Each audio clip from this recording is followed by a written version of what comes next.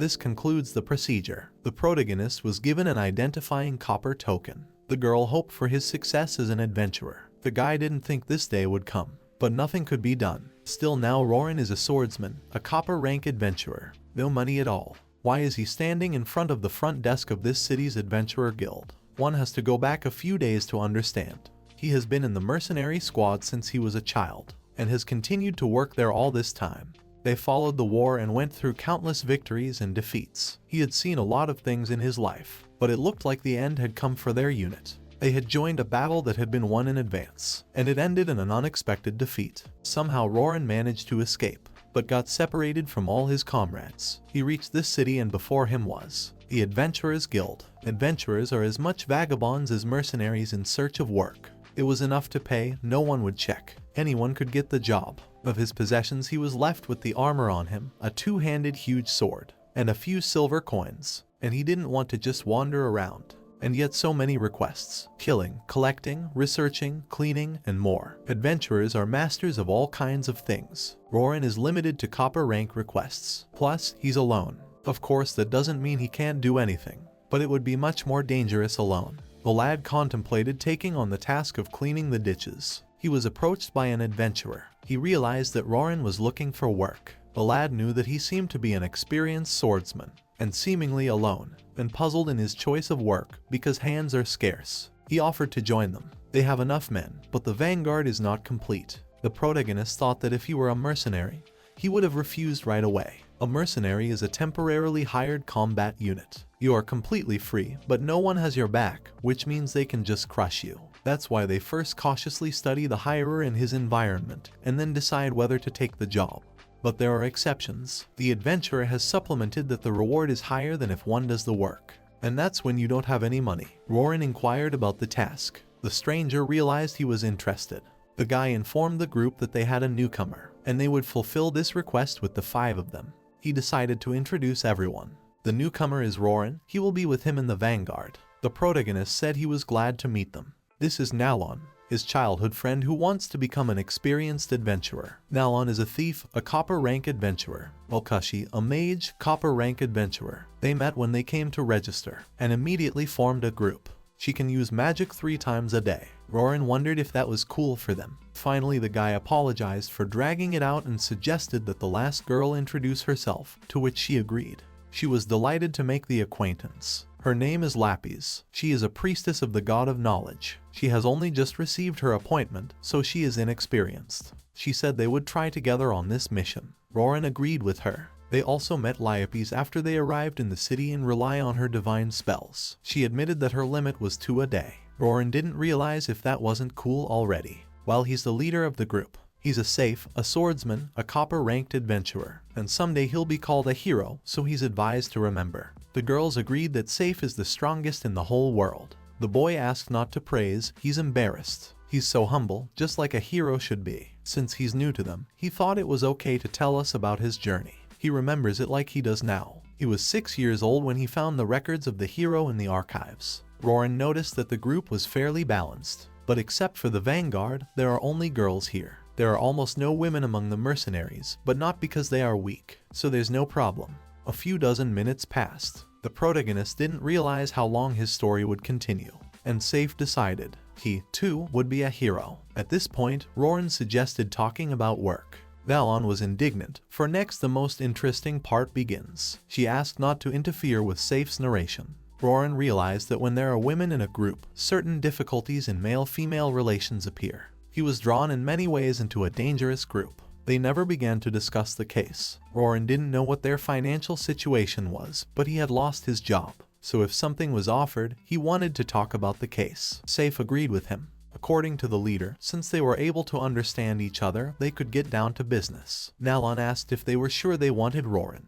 He's a former mercenary, right? Is it okay to have a guy who would do anything for money with them? Surely their group would be fine if he joined. Roran knew it was a familiar attitude. Mercenaries see everything that way. The leader reminded her that she too had accepted the need for one more person in the vanguard. The girl understood that. But could she take someone else? Bokashi explained that it was unlikely that a suitable adventurer would join their group, where no one had any experience, and there was an upside to having someone with them who had no experience as an adventurer, but had actual combat experience. They inquired about Lapi's opinion. The girl hesitated. She didn't think he was such a bad person. Nalan thought that this is it, life among priests. She says that because she doesn't know mercenaries. Lapis recognized that she really hadn't heard much about mercenaries in the church, but she could tell from his appearance. Roran believed that no one had to be in the group forever. It's a one-time job, so one can be patient. If he doesn't mind, the leader would like him to join officially. And now for the case. The assignment has to do with exterminating goblins. They need to exterminate the goblins in the forest near a village 3 days' journey to the east.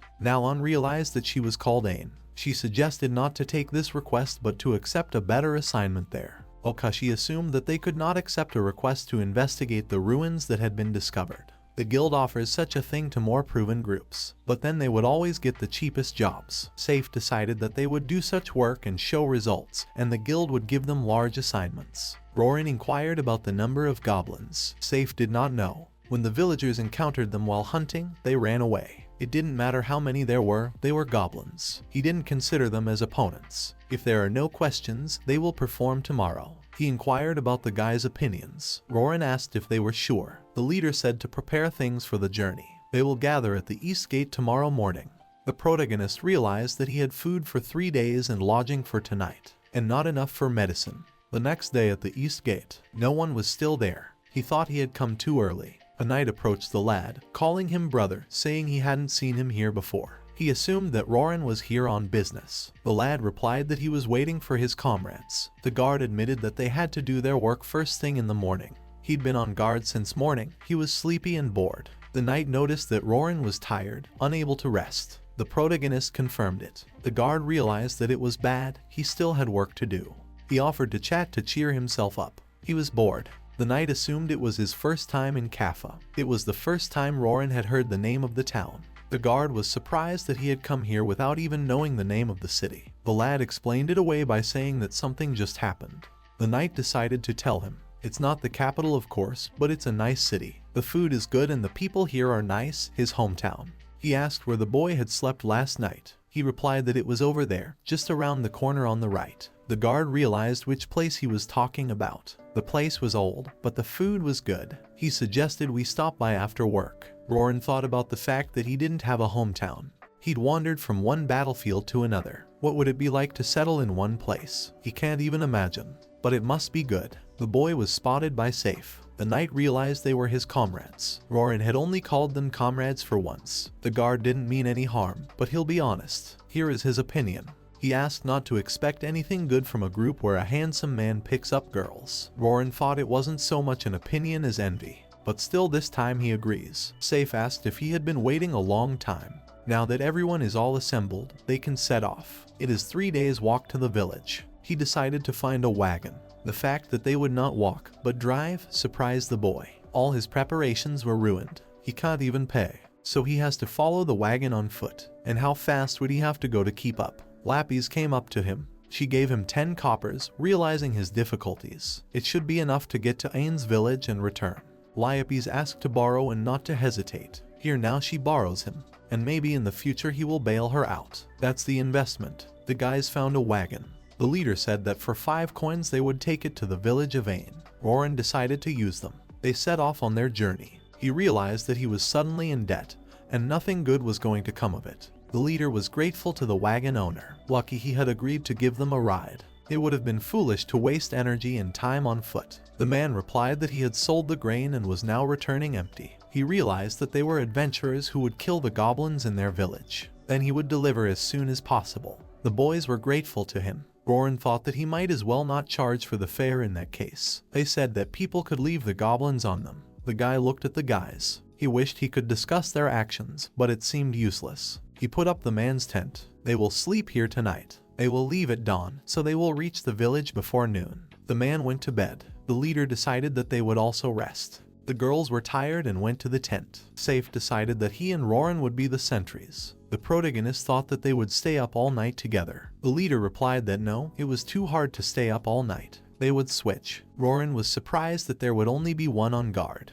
Isn't it logical to have a two-man team on guard or scout? Sure, adventurers and soldiers kill monsters and brigands along the roads, but they are outdoors to sleep. Therefore, shouldn't everyone be on duty? Naon asked if he had any objections. The leader said how they would act, so she told him to keep quiet. Rorin asked who would go first. Safe suggested that Rorin keep watch. He wants to sleep for now. The protagonist understood him and decided to wake the guy up in the middle of the night. Rorin, sitting by the fire, heard someone's voice. It was the voices of two women from the same tent, and right outside. The boy realized that it was impossible for them to swap. Well, he did not sleep last night and cannot sleep well. Before there were always his comrades around, but now there is no one. If they are still alive, maybe they can still meet somewhere, although the chances of that are slim. Still, he'd like to believe it. The guy was approached to ask if he had something wrong. He grabbed his sword. It turned out to be Liapes, who realized she had scared him. She apologized and didn't mean it. The girl explained that she couldn't sleep because of what was happening from the neighboring tent. Rorin realized that this was a real trouble.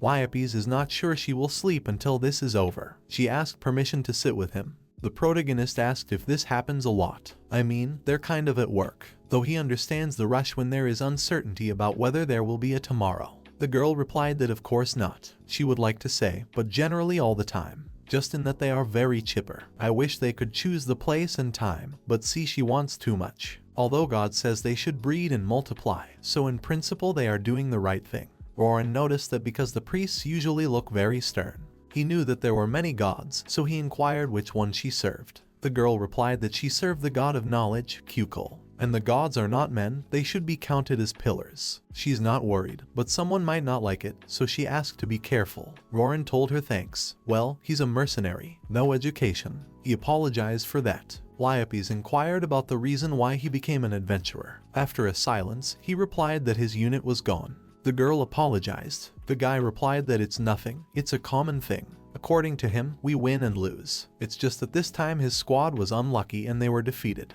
We could have gotten into another squad and continued, but he had already run away, and there was nowhere for him to go from this town, and it was the only way to make money. Lapis realized that the Lord was very strong. She guessed that the blade of that huge sword was somewhere about her waist. Rorin lifted it up. She marveled at its strength. He explained that it was a two-handed weapon, except that he couldn't always hold it with two hands. That's why he trains to use it with only his right hand or only his left hand. She wanted to compare. The guy asked if she was sure. Rorin saw that she was thinner after all. This surprised the girl. The protagonist confirmed it. His sword is no doubt bigger. She replied that it was obvious after all. Rorin noticed that her buttocks were bigger than the sword. The boys got so caught up in conversation that they didn't notice dawn approaching. The boy apologized for having to stay with him all night. It was a common thing for a mercenary to do, but the priestess must have been bored. Liapes replied that she was very interested. He suggested that they pack up. The three came out of the tent. Safe realized it was morning and remembered the shift.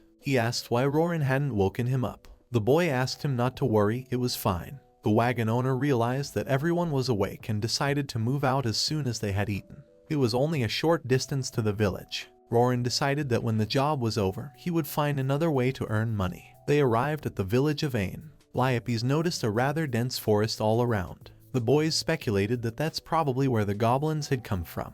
The protagonist thought to listen to the witnesses to lower the search area. The leader suggested going into the forest. Rorin stopped him. There's something to be done before that, right? This is a request from the village, isn't it? Maybe we should say hello to the village chief. It's normal to inquire about all the circumstances of the assignment. We need to know the number of enemies and their position to strategize. We need information.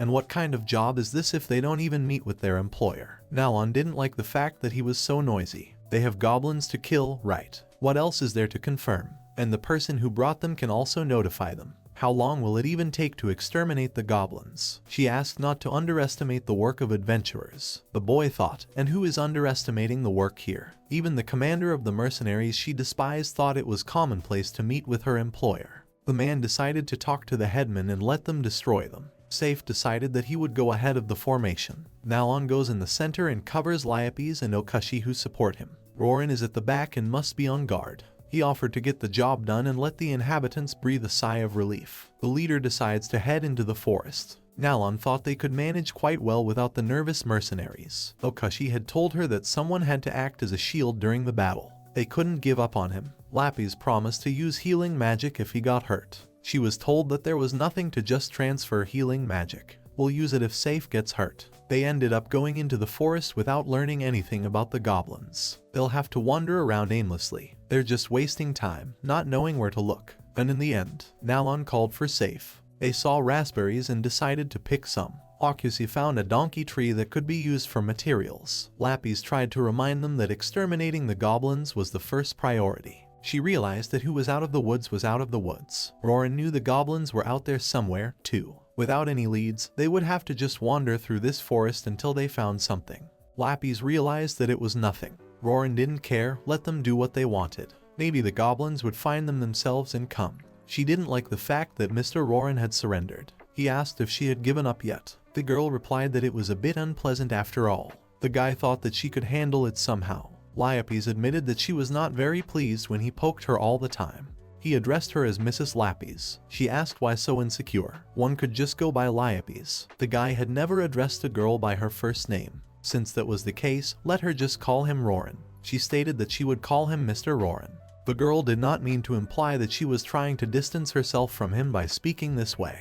He allowed herself to be addressed as she pleased. Lapis chose to address as Mr. By then the goblins had already found them. Roran was ready to do battle with the creatures. Nalon heard something. Goblins approaching. Safe thought they were monsters. The girl didn't know, but she heard some sound. The goblins were attacking the boys. The protagonist didn't understand why they were taking their eyes off the enemy. He bravely entered into battle with them. Lapis wanted to use a defense spell, but the guy thought it was unnecessary. He noticed an arrow and didn't realize where it came from. The place is not suitable for close combat. Roran noticed a dagger from one of the goblins. At least there would have been a short sword. The boy hit one goblin, but not deeply. The goblins fled, which angered Safe. He ordered them to follow. Roran realized that no one here cared what he thought, but he decided to ask if he shouldn't follow them. The leader didn't know what he meant. They had accepted the mission to exterminate the goblins. They finally found a lead, so follow them. If they don't destroy their lair, the mission won't be completed. Nalon agreed with him. She asked him not to act like a mercenary. The leader said to pursue, so let him pursue.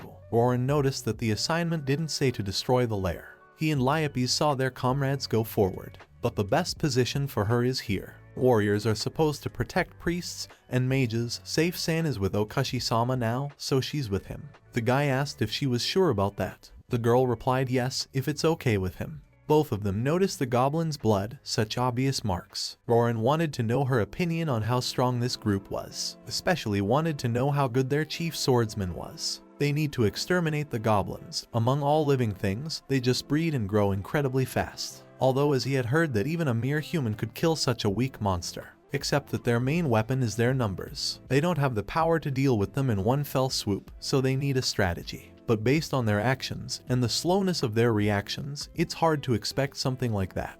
We have to rely on force. But how good is it? Lapis concluded that since he was a former mercenary, she recalled the Hellfire Swordsman and the Wind Splitting.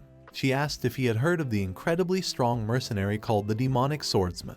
He had heard the name before, a legendary swordsman that one wouldn't want to meet as an enemy on the battlefield. Enemies would only die when they met him, and allies would be victorious. Roran thought, she means to say that he is as good. She thought that even if there were 10 million Seifa lords, they wouldn't be able to deal with a demonic swordsman. Roran asked if she was that cocky or just crazy. Lapis replied that he was in the same position right now. The guy thought that he was having money problems, so he was more likely insane. Everywhere you turn, you have to go into debt. The girl asked, I can only sympathize. He didn't understand why she said it in a questioning way.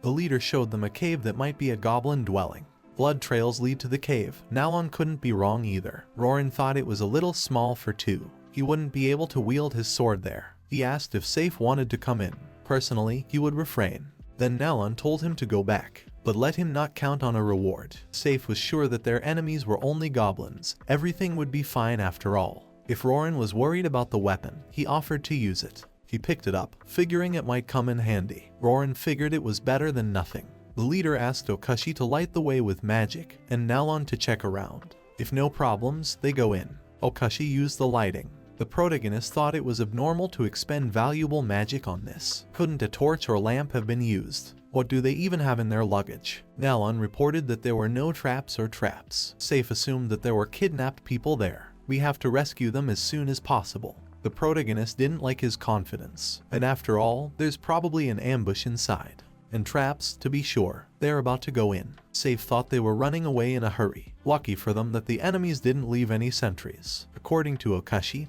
they were only mindless goblins after all. If wounded, they don't even think about leaving guards. It seemed to the guy that they were moving too fast. Lapis inquired about his opinion. He was sure it was definitely a trap.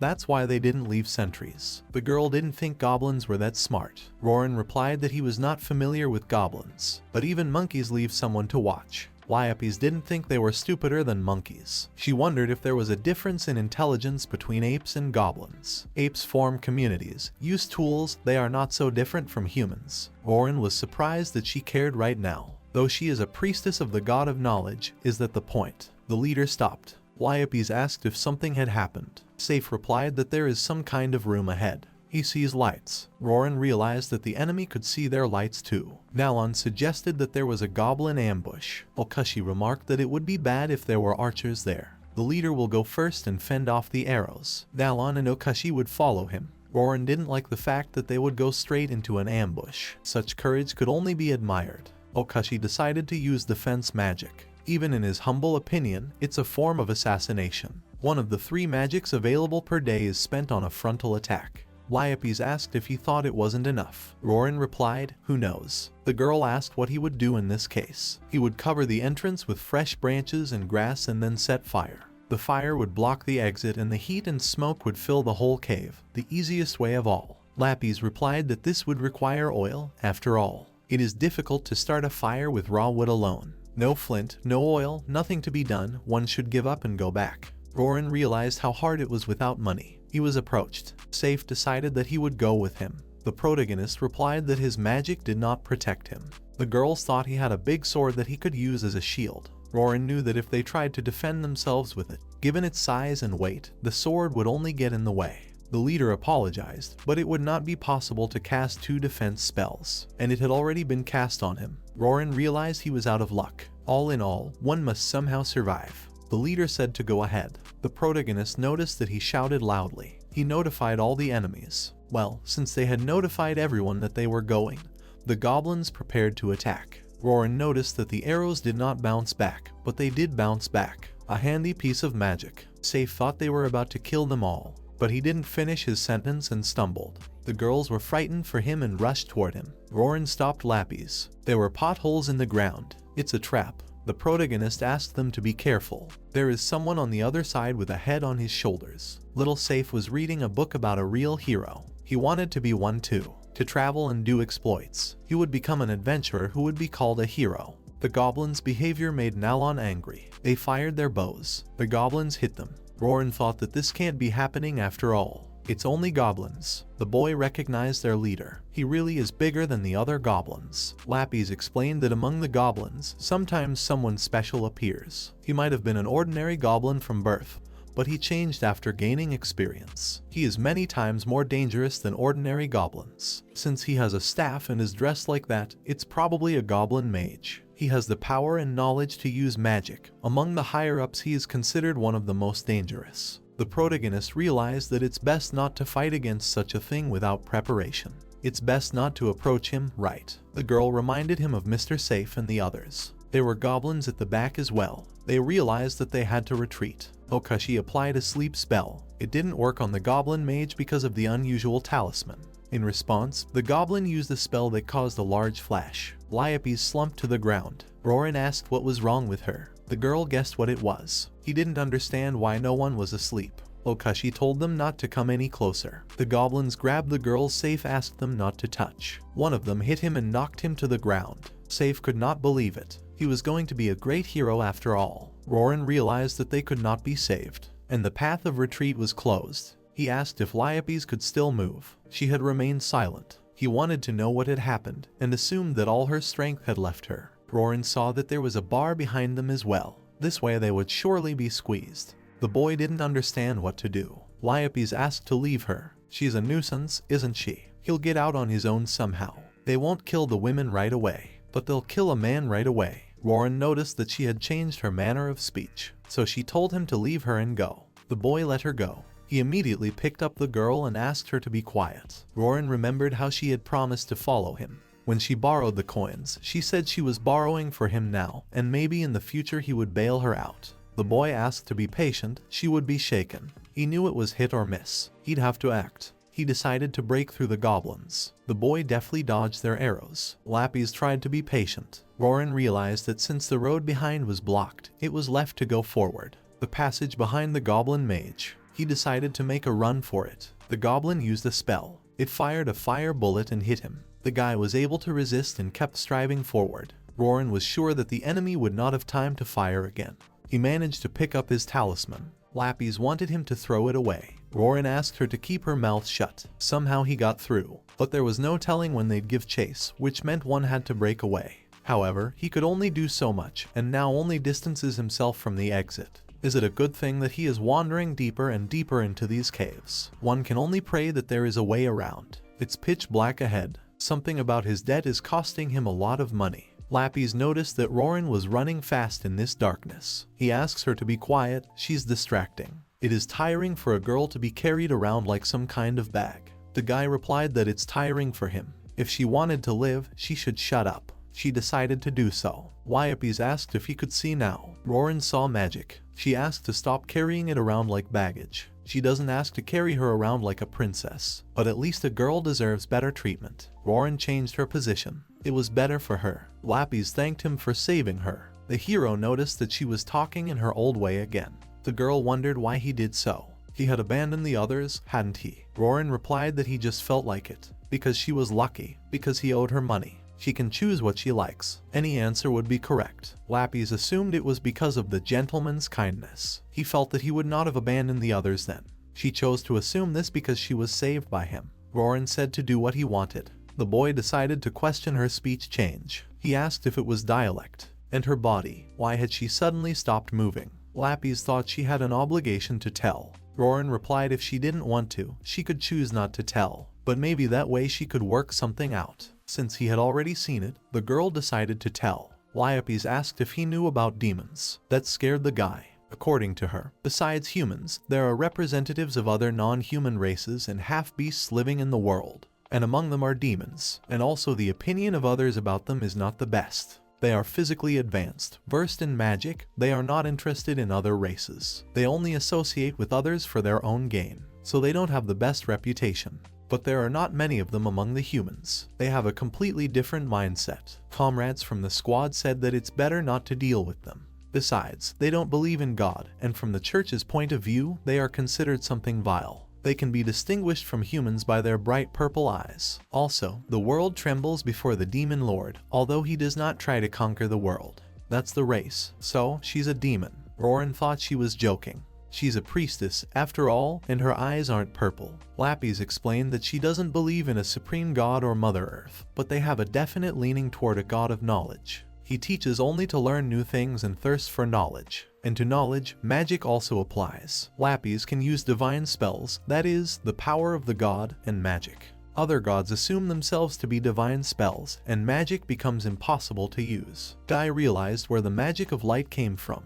He concluded that she was a mage and a priestess in one. So the priests people of the god of knowledge can use magic too. She replied that perhaps someone could. But she didn't think anyone could use magic like her. After all, Lapis is a demon. Naturally, their abilities are much higher than humans. Roran thought that if one could use everything at once, everyone would become priests of the god of knowledge. He inquired about the reason why the demon became an adventurer. Demons, after all, have almost no contact with others and live in the mountains in the middle of the continent. Roran had heard that the peculiarity of the terrain was one of the reasons why demons hardly interact with other races. Getting in and getting out is quite difficult. Lapis replied that actually many of them live in the outside world. They just don't notice them. They are not very different from humans, remain cautious and disguise themselves as humans. Demons purposely don't use skills higher than they should, and limit their powers. The boy was surprised. According to her, that could explain her current state. Lapis extended her hand. Roran saw that she could already move her hand. The girl admitted that it was artificial. He had not expected such a thing. Her limbs and eyes are delicate magical instruments. She moves them with mana, and it takes a large amount of her strength to do so. He had seen that Okashi-sama had failed to activate magic. It must have been the effect of the goblin mage's mana depletion. Using something like that in the square is difficult. It's not the kind of magic that goblins can use. Lapis thought it was some kind of magic tool. Rorin pulled out what he had taken from the goblin. The girl replied that it was probably him. She didn't know where the goblin got it from. Fortunately, using it all the time wouldn't be possible. It will take some more time for her to be able to move again. At least she retained the ability to control her eyes. Rorin realized that was why she'd asked him to throw it away. The main thing is that the thing doesn't work now, so you can keep it to yourself. He asked what was wrong with the speech after all. It's not the local dialect. Lyopes admitted that this is how she speaks. It is her usual speech. She can't move her arms and legs because of mana depletion,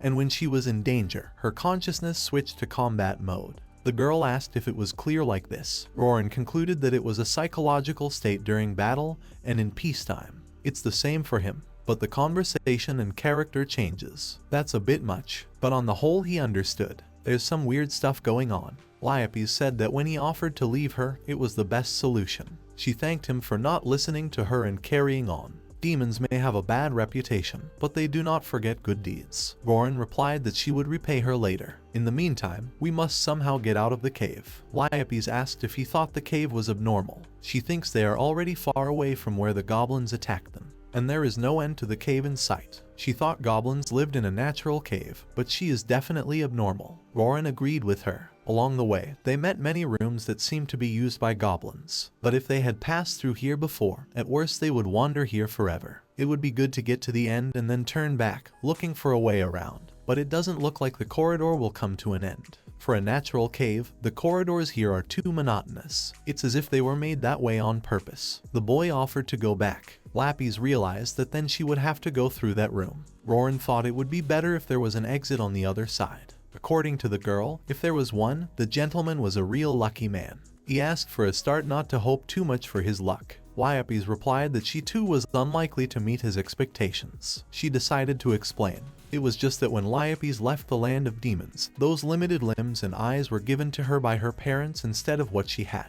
The fact that her parents had given it to her surprised the boy. Lyopes blended in with the crowd and became adventurous and found a band. Rorin understood. She was unluckier than he was. She was lucky, she said, to have light-hearted and careless people around her who couldn't figure out who she was. Rorin offered not to tell. Besides her hands, feet, and eyes, her parents had hidden them somewhere in the lands of humans. She's exploring the human world, and she can't go home unless she finds the limbs and eyes. Rorin wasn't about to have a contest for chief loser, but if Lyopes found them, could make them part of herself again. Rorin suggested going back to his homeland and asking his parents about everything. The girl pointed ahead. She thought there was a dead end, but he replied that there was no light in a dead end. Lapis assumed it was the light at the end of the tunnel. Maybe there are goblins in there again. Rorin thought maybe so, but there seemed to be no sign of goblins. He asked for the magic light to be dimmed. The girl couldn't stand yet and apologized for being a hassle. Rorin apologized in advance. If it's dangerous, we'll have to drop her, so let her get ready. Lapis understood what was in the way of getting a weapon.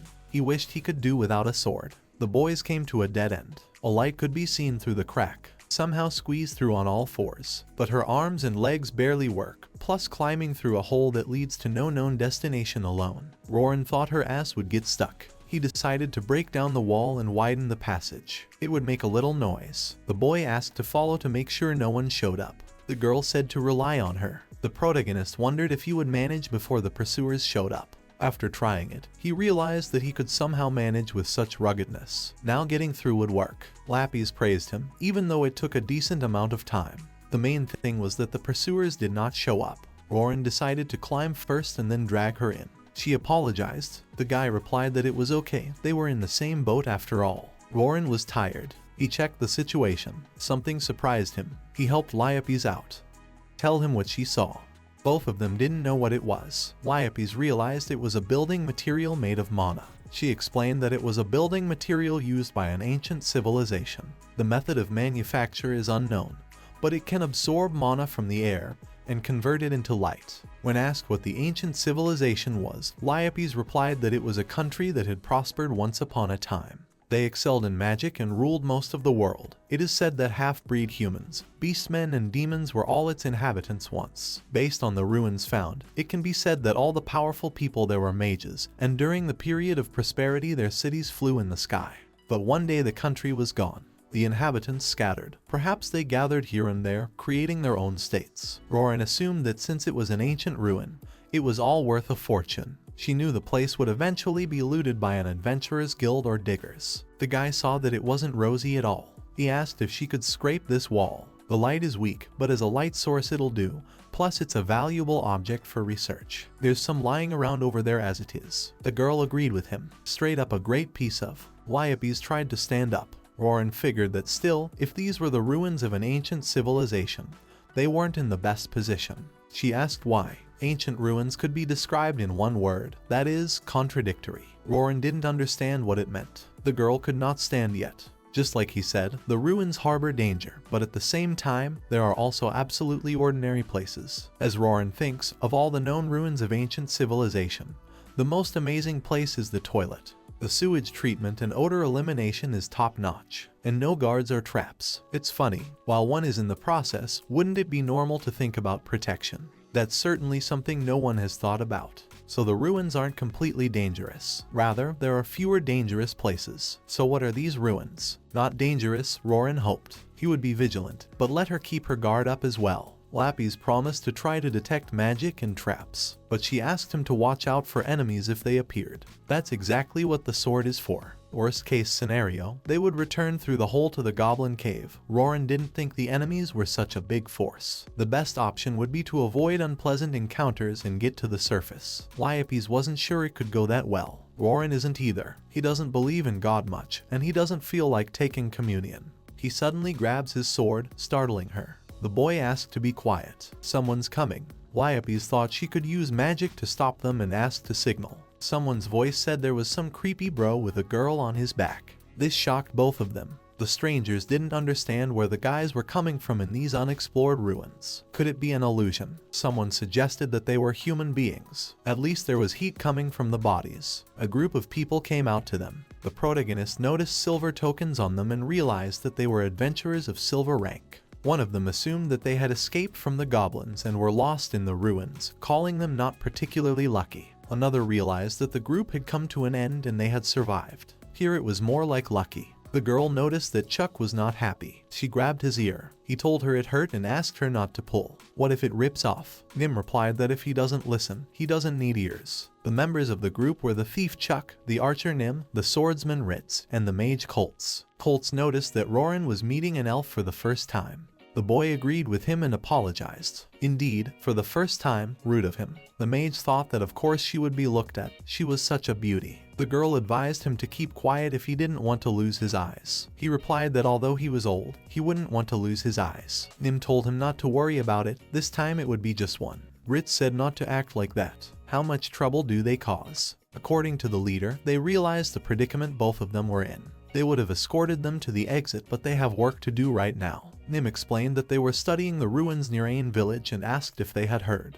Rorin remembered Nalon saying that they might not take that request, but accept a better assignment there. He realized it was about him. Anyway, they found themselves in the newly discovered ruins. According to Chuck, unexplored ruins can sometimes be very dangerous, but more often than not, you can make money. The adventurers tried to take this assignment right away, but competitors also got involved. Colts complimented that they were now confronting that group, whose research would prove more useful. Depending on that, they would get more or less, which was why they were in a hurry. Rorin understood. He's not going to interfere with their work. He just asked them to tell him which way is the exit. We'll take it from there. They decided to answer him on that. It turned out that they didn't actually know. Rorin realized how unlucky they were. The leader asked not to be misunderstood. They had remembered to write down their route. The guy thought he looked like he thought they had screwed up. Ritz turned his attention to Wyappes. Rorin explained to her that it was stupid to stare like that. The leader hadn't heard of anyone being paralyzed with fear, but that's not how someone who's being carried by a comrade should stare.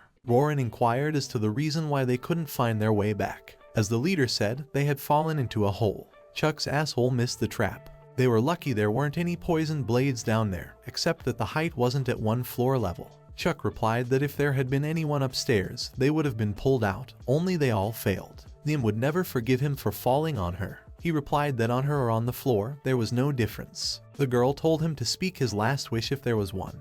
It was worth punishing him. The guy replied that it's not like he lied. The leader concluded that they had thought about a lot of things but had not found a way to get to the exit. They had gotten their hands on it, but they had potions with them, so somehow they managed. And so one would like to ask. Lappies admitted that she had one healing left. It's much more effective than potions. If she waited, she could heal someone again. The girl explained to the guy that instead of wasting potions, they wanted her to go with them. Roran realized what was the matter. He thought that they could get rid of him and only take Lappies. The girl replied that she couldn't move. She needs someone to carry her. If someone from the group carries her, the combat power will be reduced. Roran-san can still defend himself, and besides, the squad's strength won't be reduced. Even if they decide to drop it, both of them won't even notice. Ritz heard everything. He asked, did it look like they could do that? The boys thought that didn't it. The leader knew that they did look like villains, so there was nothing to object. Nim replied that if anyone said that they would only take the girl and leave the man behind, she would kill him herself. Ritz explained that if anything happened, let the young lady use healing magic at their request. In exchange, they offer to join their group until they leave the ruins. Both accepted the offer and relied on them.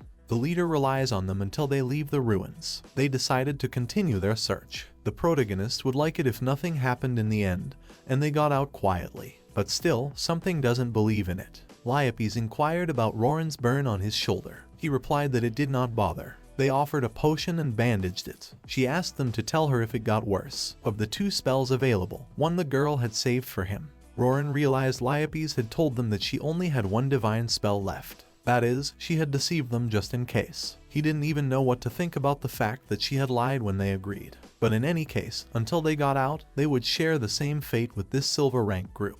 Still, strange ruins. As far as Chuck knew, in the unexplored ruins of an ancient civilization, golems and undead are among the enemies. That is, all undead. And here, for some reason, no one appears. Roran thought it would be easier for them. Chuck was sure that if they had to, they'd come out. But he didn't know why. There are only goblins around here. Lappies assumed they came in from the outside. Maybe there are other crevices like the one they came through. Chuck replied that before the ruins were found, the entrance was sealed and only managed to open it the other day. The finder had hired mages, and only a few people had been able to break the seal. Since that was the case, there must have been a protector left here. But there's no one, only goblin footprints. Colts thought that it had been a long time. Maybe the defenders had died out or died fighting the goblins. Either way, there should be some remains, and there are only goblins. Chuck reasoned that it was different if there were undead in the form of ghosts here. The mage remarked that in general, all ruins are different, and one has to think about what they were used for. As Roran realized, things are complicated with these ruins. They decided to think about that later. Ritz told them that what they should think about now was not what the ruins were used for, but how to get up there. Up ahead are the goblins again. Roran asked Lyopes to go down. Nim, touching him on the shoulder, told him no problem. He was given the task of watching the rear. The guys saw that there were only 7 of them. They don't need magical support. They'll manage. The goblins attacked the team. They dealt skillfully with all 7.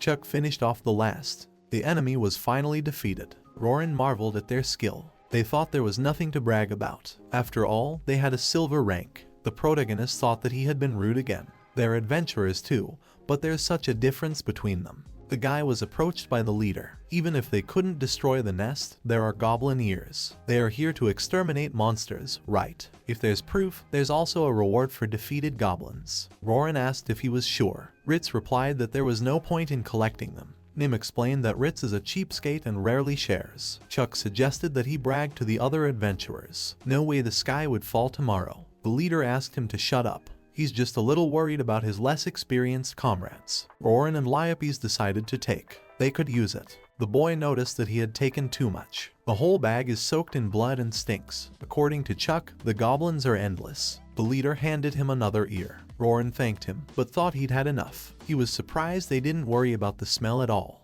Lyopes was breathing heavily because of the smell. It wasn't that she was worried. It was just that the odor made it impossible to breathe through her nose. Roran thought she might not have said anything. It was clear enough. Nim sensed something strange and told everyone to stop. The odor in the air had changed. Not from the goblins. It smelled like blood. The boys realized that what Nim was talking about was not right here. So we have to keep moving. Lappies thought, human blood and goblin blood, everything smells like rust, is there a difference? The leader replied that Nim's eyes, ears and nose are much sharper than theirs. Chuck added that she herself is as straight as a needle. The girl got back at him for that. Ritz asked them to stop embarrassing themselves. Chuck thought that everyone was so tense, maybe they should relax a little. According to the leader, they are going more cautiously from here on out. He asked if the young lady could still move. Lappies apologized, needing more time. Ritz didn't know if they had known each other for a long time or not, but they would both feel better if she returned to the temple later. Roran replied that it was up to her. Nothing depends on him here. Chuck asked to look at something. It was the gruesome remains of a man. Nim saw leather armor covered in blood. The leader noticed a lot of blood, and it was still bright red. Definitely not old. Colts remembered that their rivals were headed for these ruins. Maybe they'd fallen through here too. He wondered if someone in leather armor had been there. Nim thought Ritz and Chuck were too sloppy, and Colts was just an idiot. He was outraged.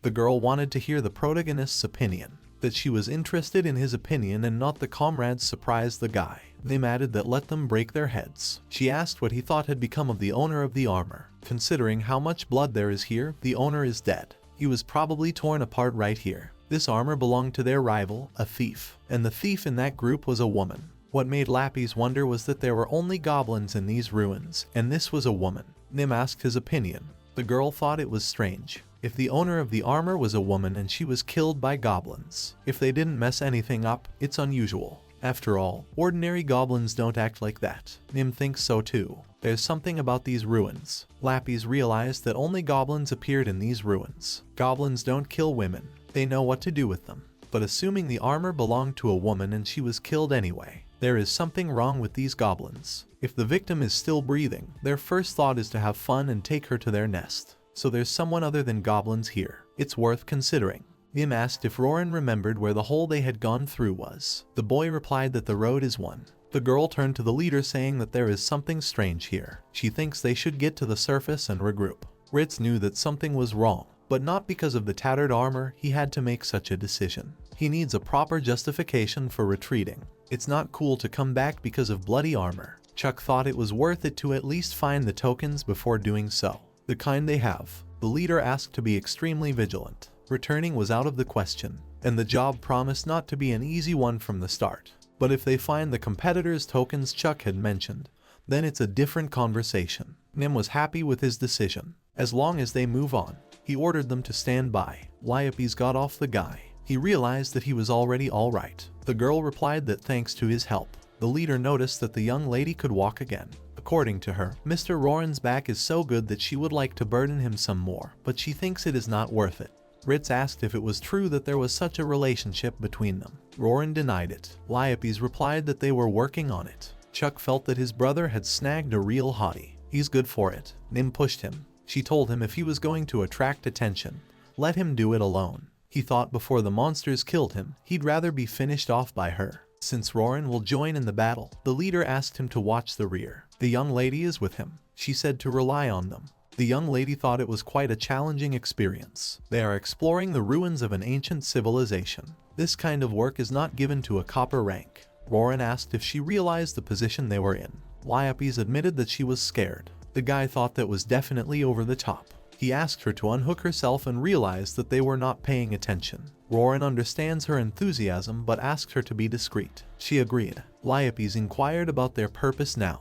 Nim replied that they are mainly exploring the ruins, also trying to figure out what's up with the competition. Basically both are important. Lappies saw fit to return to the pit through which they had fallen. The leader offered to say why. She explained that perhaps that pit was a trap for trespassers. The trap wasn't lethal, so most likely this whole level is a trap for intruders. Did they leave the monsters here to take care of those who would fail? But why so complicated? The girl didn't know herself, but in all countries and at all times with those fools who invaded someone else's territory, there was never any question of what to do. For example, to let in the very. She suggested we leave such heart-wrenching topics for now. She did not think there were any important objects on this floor. Therefore, it's useless to explore this level if their goal is ruins. Ritz didn't understand why they would go back to that pit. Lappies thinks there must be a passage there to service the trap, where the unfortunates who happened to fall through are collected.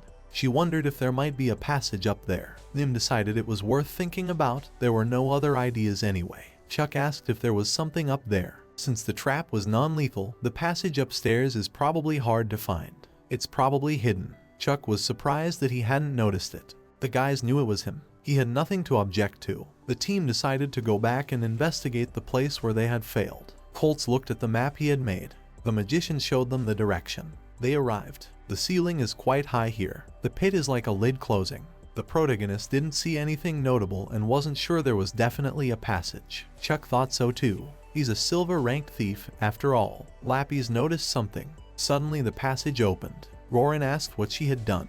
The girl said she was hard to spot among the mana materials, but there was a control panel here. Chuck asked the old man if he shouldn't have spotted her. Colts called him a fool. The thief should have noticed the trap itself, something Rorin didn't quite understand. A ladder appeared in front of them.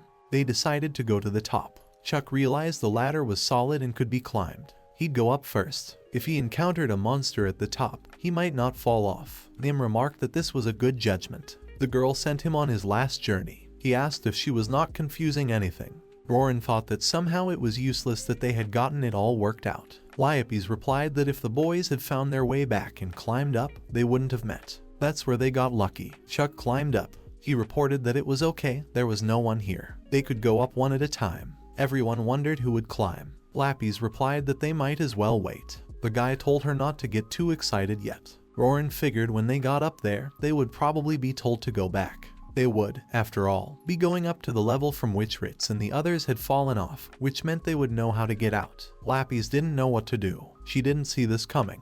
Unexpectedly careless. This is such an opportunity to explore the ruins. But in order to do that, you have to go up. There's probably really nothing at this level. Rorin admitted that he wished he could get away from these dangerous ruins right away. He asked what useful things they had to offer. Lyopes thought that aside from divine spells, it was a difficult question. If she said she could use magic as well, it would be quite suspicious. The guy asked if there might be some knowledge and skills. If she had any idea what this place was like, she could make a rough map. Rorin was surprised and wondered how she would do that. Lyopes asked if he knew that all the guild buildings wherever he went were almost completely the same. Of course, there are differences in what the workers bring in, but in general the guilds are uniform. The same goes for ruins. The people of ancient civilization made everything for a specific purpose, and for the most part built uniform buildings. There are exceptions, just as there are exceptions everywhere. There are some pretty unusual ruins. Ritz thought he had finally climbed. Suddenly Chuck jumped off and told them to jump off too. It's not good. Goblins attack. A large number of goblins came down from above and followed them. Rorin did not realize what it was. This is a ruin. Where did so many goblins come from? Where were they hiding all this time in the first place? The guys didn't know. They suddenly jumped out. What's that all about? They didn't want to be killed by goblins. Someone told them to shut up and run. That's all they can do now. Rorin was disappointed that they were in trouble again. And yet so much. One wrong turn. If they got lost, they'd be immediately swarmed by this crowd. And then it's over. It's not fair. The Colts and Lappies were running out of energy. The guys were scared for them. If they stopped, they would die. Rorin realized that they no longer had any strength left. Lyopes hadn't recovered enough mana for a long run. The boy decided to act, hesitant to leave her. He picked up the girl and the mage. Chuck asked if he was alright. Rorin replied that he was used to it. Dragging a wounded comrade is a familiar thing for a mercenary. But he hadn't slept well in days. The mage apologized to him and promised to thank him. Lappies also apologized. Once again she had caused him trouble. He told them instead of working with their feet, to work with their heads. Otherwise he would also get tired and they would be caught up. Lappies suggested to the magician to do a mass murder with a fireball. He thought that against so many opponents, it was a drop in the bucket. He couldn't recommend it. The girl decided that they could be stopped with a stone wall. Colts asked if she thought it was possible to wall off the entire passage. He could, but there are too many of them, won't hold them off for long. She asked about the firestorm. He could, but only twice. The girl didn't think that would be enough. And yet he knows how to use the firestorm. Mr. is indeed a clever wizard. He replied that Lyopes was also astute in magic. Rorin asked them to stop wasting their time. He wanted to find some way. Lyopes and Colts tried to come up with something. The girl frustratingly admitted that they failed. They don't have the strength or resources to fight against all those goblins. Chuck thought they'd all get eaten that way. Lappies understood that she and Lady Nim were being used for breeding. The mage wasn't so sure about that. The woman from the other group was most likely killed and eaten. The leader told them to at least behave a little in accordance with the situation. He didn't know what they should do. Nim would soon be exhausted too. Chuck offered to carry her. At least a little time would be gained. Nim apologized. If it gets really bad, she relies on him. He noticed that it really wasn't good anymore. Roran reflected that an emergency exit on those stairs was most likely. There's no solution. Strength is running low as well. And there's no telling when everyone will start losing touch with reality. If they just run, they'll probably die. And let there be no certainty. Better that than to do nothing. Roran won't say he knows what to do, but he has suggestions. He asks if they remember the road they ran on. Ritz doesn't remember. According to him, Chuck should have remembered, so they could get back to the trapdoor through which the goblins had rushed. Chuck thought not the same way. They'd have to go around through other passageways. He wondered what Roran was going to do there. The protagonist thought that so many goblins fell down, so there shouldn't be any left there. They just jumped down with the whole crowd, but they can't go up that way. They'll have to use the ladder. That way they can't outnumber the guys. Chuck realized they weren't that stupid after all. The goblins aren't gonna wait for them to get up there. If they get pinned down, they're dead. Roran asked the mage if he could use magic and buy some time. Colts hesitated for a moment. He thought about if they scorched the first firestorms and stopped them with a stone wall. He said to rely on it. The leader wasn't sure it would stop them. Roran replied that as long as the wall didn't collapse, they would go up. If they didn't make it in time, he would come up with a plan. The boy was ready to serve as their shield. Ritz didn't realize what he alone against such a crowd would do. Roran explained that there would be a firestorm and a wall. He didn't think there would be so many opponents at once. To prevent that from happening, he asked to go up quickly. The leader ordered Chuck to lead them to that hole. The boy showed them the direction. He told Colts to get ready to use magic. When they get there, Chuck goes up first, then the backup. He's the leader of the group and will protect them. Roran is certainly pleased to hear that, but he will do it. Ritz asks why. The boy explained that with his stuff the leader is too slow. While he will climb, the goblins will gut his ass. And Roran with support from above will jump in once. Adventurer is a new profession for him, but he used to be a mercenary. He got tired of having someone to back him up on the battlefield, so he asked me to rely on him. The leader is counting on him. The team has arrived. The goblins aren't coming down anymore. Ritz told everyone to climb up. The goblins were catching up. The leader reminded the old man about magic. The mage prepared a spell. He used a firestorm. The next spell was a stone wall. The boys began to climb up in a hurry. Roran realized this is what a mage of silver rank means. Ritz thought they were definitely insane. Roran realized that even though the magic had only worked for a little while, but what were the flames? It should still be hot behind the wall. They are not known for their intelligence, but the leader had not heard of goblins pursuing their prey so zealously. The lad shouted to him that he would think about it later. Let him climb up. The goblins broke through the wall and attacked him. While Roran tried to buy time, the lads tried to climb up as fast as possible. The boy realized that there was no way around it without a fight. Chuck climbed the ladder and found no enemies. He helped Nim up. The girl was grateful to him. He told her not to worry. Next, the young lady. They tried to act faster. Nim gazed into the dark corridor and realized that here too. Roran didn't like the fact that they hadn't climbed yet. The boys had a little more to go. Nim turned her attention to Chuck. He realized that the goblins were approaching again. Lappies was asked to help Ritz. The old man had one more left. Chuck realized that it was left to hold them off until Ritz and his little brother came up. Roran saw that everything was killing and there was no end to them. The main thing is not to slip on the blood or trip over the corpses. The boy noticed an oddity. There are too few corpses on the ground. There are fewer of them than the fallen goblins. When they all piled on top of each other, they pressed against each other. There should have been quite a few goblins dead. But when they came here, there were no corpses on the floor. He didn't understand why. The boy turned his attention to them. The goblins were taking the dead with them. Roran realized that they were carrying away the corpses of their comrades. But for what purpose? Lappies answered him that everyone had climbed in. But there were goblins here too. There are several of them. Also, these goblins are unusual. They are holding them back, but things are only getting worse, so they'll be squeezed soon. The girl asked to hurry. The fact that there were goblins everywhere surprised Roran. He knew he had to get up there in a hurry. The boy prepared for defense. In one fell swoop he knocked down several goblins surrounding him. He immediately climbed up the ladder and clipped it under him to keep the goblins from climbing up after him. He asked what they had here. The girl reported that Mr. Chuck had been wounded. Mr. Ritz is fighting, but they turned their attention to Mrs. Nim, who was being clutched by a large black goblin. The boys hadn't seen something like this yet. Nim realized that he wasn't afraid of anything. The monster tried to stop Roran. A normal goblin would have had its head snapped off. Since that was the case, he decided to strike with his sword. The guy didn't succeed in penetrating its thick hide, which he found hard to believe. Liapes tried to pull the girl away. Rorin noticed that her eyes were not so tough. Since one blow didn't work, he would hit until his opponent was dead. He was informed that another had appeared. He attacked the leader. Ritz felt that his bones might not be able to withstand such a thing. Colt's magic ended there. For a while, he wouldn't even be able to attack with elemental magic. Rorin landed a blow on the goblin that almost killed Ritz. He managed to cut off its head. The mage explained that these black goblins had appeared suddenly. Arrows didn't work against them, and Chuck got hurt trying to save Nim. Ritz explained that just then the rise of Nim apologized to Chuck. It was her fault. He asked her to be quiet. Such modesty was not good for her. Better let her take care of the wound. Rorin asked Liapes if she understood anything. The girl replied that she had a hunch, but if she was right, then it looks like they've gotten into a very nasty ruin. Rorin was surprised. The girl told the leader that she wanted to check something. He thought she meant that they should stay here. Liapes didn't think so, but they should investigate them. Besides, if they left the monsters in an active state, they'd be in trouble. First of all, they should get out of here. Otherwise, they would be attacked again.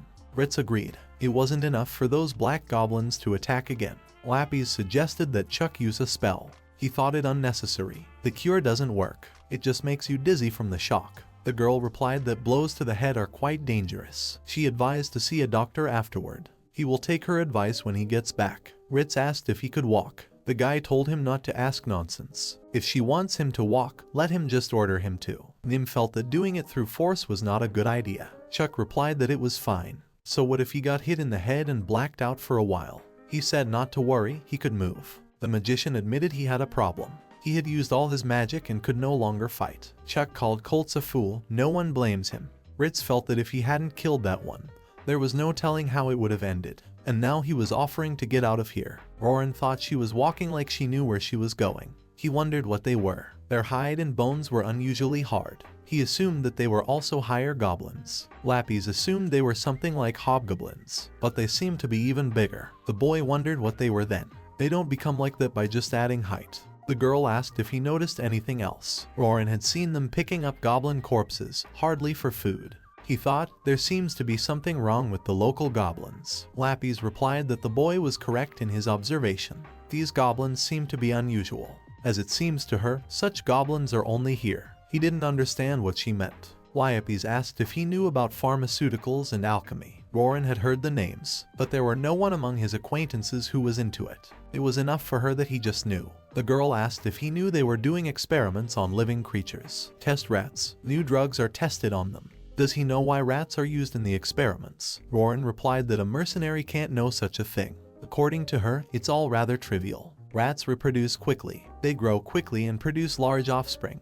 That's the whole reason. Rorin gave it some thought. He realized that in this they were like goblins. It turned out to be correct. If Liapes wasn't mistaken, this was a research lab, and they were dealing with goblins. Liapes explained that they are easy to grow, they are not picky. There's no conscience if you use them in experiments, and they look like humans. They are goblins. Is there any creature more suitable for experimentation? She didn't think so, with the way goblins were used here. This is some kind of laboratory. Rorin didn't understand in what sense they were unpretentious. The girl explained that they eat everything, both garbage and corpses, according to the records of an ancient civilization.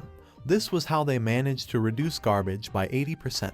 Rorin noticed that they were indeed unpretentious. She understood that for the ancient civilization, no matter how many goblins gathered, they were only garbage. It seems breeding produced different kinds of goblins. He thought that like those species, he concluded that these ancient ruins were goblin breeding grounds. Suddenly, the girl was attacked by two goblins. Rorin immediately rushed to her defense and slew them with his sword. Liapes replied something worse. It wasn't just breeding goblins here. The guy didn't understand what she was even thinking. Liapes decided to go back to their conversation. This isn't just a farm. They were doing modification and it seems like evolution. Rorin asked what it was. According to her, if simple, they were studying how to make goblins stronger. The goblins that were following them were many, but it was strange that they didn't see their evolved forms after all. Most likely the local goblins are modeled to not breed higher forms. They modified them, but found the appearance of various hobgoblins and goblin mages pointless. The boy asked if it was okay that they were so huge. She replied that even big goblins are still goblins. He thought that they had gotten out through the cracks, hadn't they? Those goblins had a mage. Lappies believed that their changes were limited to the ruins themselves. Once they got out, they started to change. So that's what she assumed about the place. The girl thought the ruins were dormant and didn't know if someone had restarted them or if the open passageway had caused them to restart. Roran wondered why it would be bad if they left it as it was. Those big black goblins are enhanced versions. They were created at this facility, but Lappies is worried about their behavior. The boy didn't understand what the big deal was. She explained that the goblins here don't need to breed. She thought there was a breeding device somewhere. That's most likely where these goblins come from.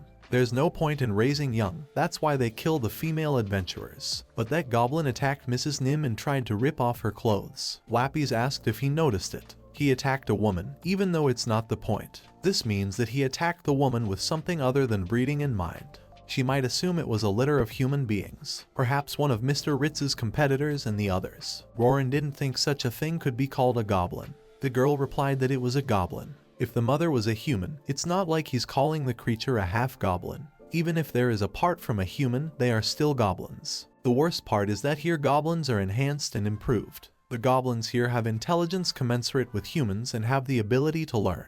They said that goblins collect the bodies of their comrades, most likely using them as material for new ones, and the bodies of experienced goblins will make even stronger goblins. She said to repeat it in a circle. They will become stronger than the dragon. They would have knowledge and vast experience, and with all that, what did he think would happen? Roran wondered. He inquired about disabling the ruins, and that was something Lappies didn't know anymore. Still, the guy was hoping for a lot, expecting her to know how to stop it. Lappies explained that all the ruins are different, so there is no unambiguous way. It's not about her lack of knowledge. She didn't like the expression on his face. Roran thought about how he looked. The guy decided to find out where they were going now then. The girl replied that to begin with, to the private rooms of the inhabitants of the ancient civilization. Something must belong to those who ran the place, and so there might be some instructions there. The boy was surprised that people lived here. Lappies told about the existence of teleport magic. It can connect cities and research centers, but it takes a huge amount of mana to use it, and isn't it worth it? Roran didn't know. She explained that if that was the case, they should have created a housing complex. Then it was safe to live here. That surprised him. There should be a residential block for researchers and other staff. There, she wants to search for materials and find a way to disable the ruins. If there's anything useful, Lappies will gladly appropriate it for herself. Roran suggested that they dispense with any high-profile announcements, much less thefts. She explained that the owners of this place have been dead for centuries, so no theft. He figured that if this place was disabled, then an ancient civilization had disabled it. They decided to collect everything of value. It was possible that all the documentation of this place was not collected in one place. They wondered what would happen then. The team looked around the room. Roran realized that they might run into goblins, and Chuck was injured, plus Old Man Colts couldn't use magic. Ritz and Nim are fine for now, but as for him, the guy remembered his weapon. Cut a couple or three more and it would break. Lappies replied that it was no good. She offered to get a new weapon. He decided that he would think about it when it broke. Right now information was more important. Lappies announced that they had reached the housing unit. She went inside with the words that there would be looting. The boys asked if, in case there are traps, the girl has some knowledge of such ruins, so they might not worry. They didn't think it was normal. Lappies didn't find anything useful and called them to the next room. Roran realized that she was better at it than they were, so they would leave it to her. Nim was surprised that these were the dwellings of the inhabitants of an ancient civilization.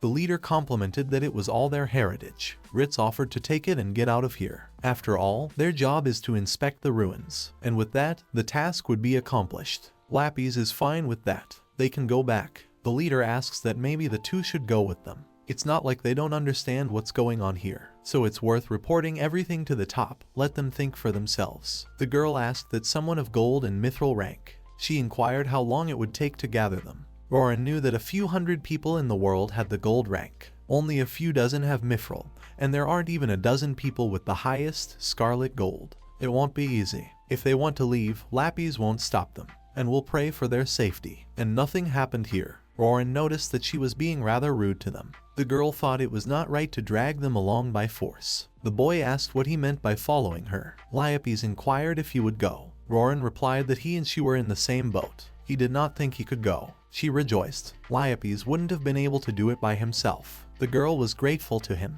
She had good news for him too. This interested the guy. As it turned out, this book says about these ruins, and also how to disable them.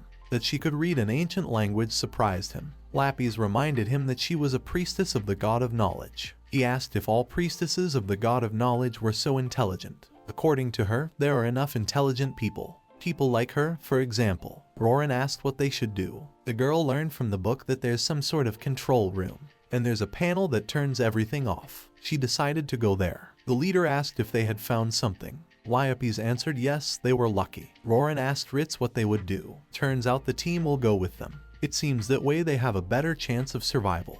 Then Roran suggested they hurry to the control room.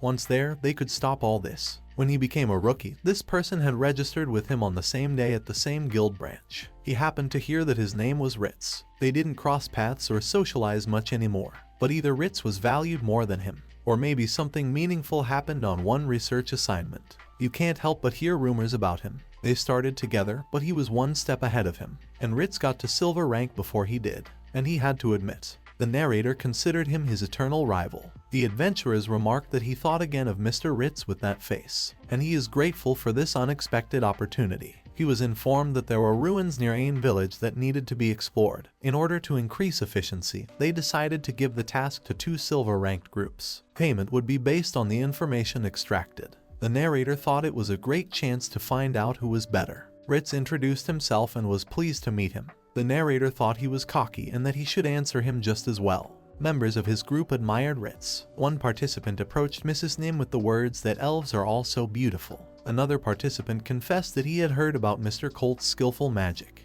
Ritz asked what that meant. How do they know about them? He was answered that they talk about them all the time. A member of the band admitted that this is their leader. He is a big fan of Mr. Ritz. He himself shamefully denied it. Just thought they started working at the same time. They noticed that he acknowledged it, and they heard him, their rivals, on a mission. He admitted that they had heard so much about them. They wanted to socialize. Ritz realized that since it was a chance to get to know each other, okay. The narrator stated that Ritz was not aware of it, but they had become adventurous on the same day, and he went ahead. And to be honest, he admired him a little bit, so he's challenging him. If they do better at exploring the ruins, Ritz will remember his name.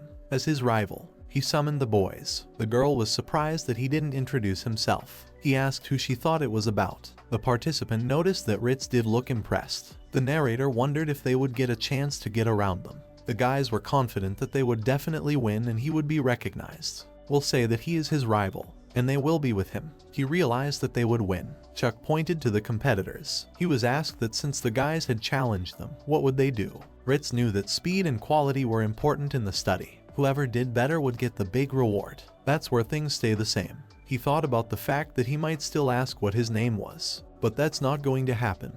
The leader decided to go try to find their tokens, to at least bury. They got the instructions for the ruins, so Lapis suggested they hurry. When they got to the control room, they could stop the whole thing. She noticed that the administrator here was a very decent person. Didn't leave any strange secrets or obscure locks. If he had been, the girl would have wondered who knew all this and how to shake out the whole truth. Roran wondered where she had only heard about the ruins. Interesting, of course, but he senses the answer would not please him, so best not to ask. Lapis explains that she read it in the books. Roran reluctantly agreed with that. The leader replied that they understood and asked to lead faster. There's no telling when the goblins will show up again. It's a shitty job they've gotten. Roran couldn't help but agree. He thought it was supposed to be a simple exploration, but it was such a ruin. Lapis wondered if he thought they were unlucky to be lost here. He reckoned she could read minds. The girl replied that it was just written all over his face. She thought maybe she should be more careful. Lapis remarked that Mr. Ritz's competitors were the most unlucky. He agreed with her.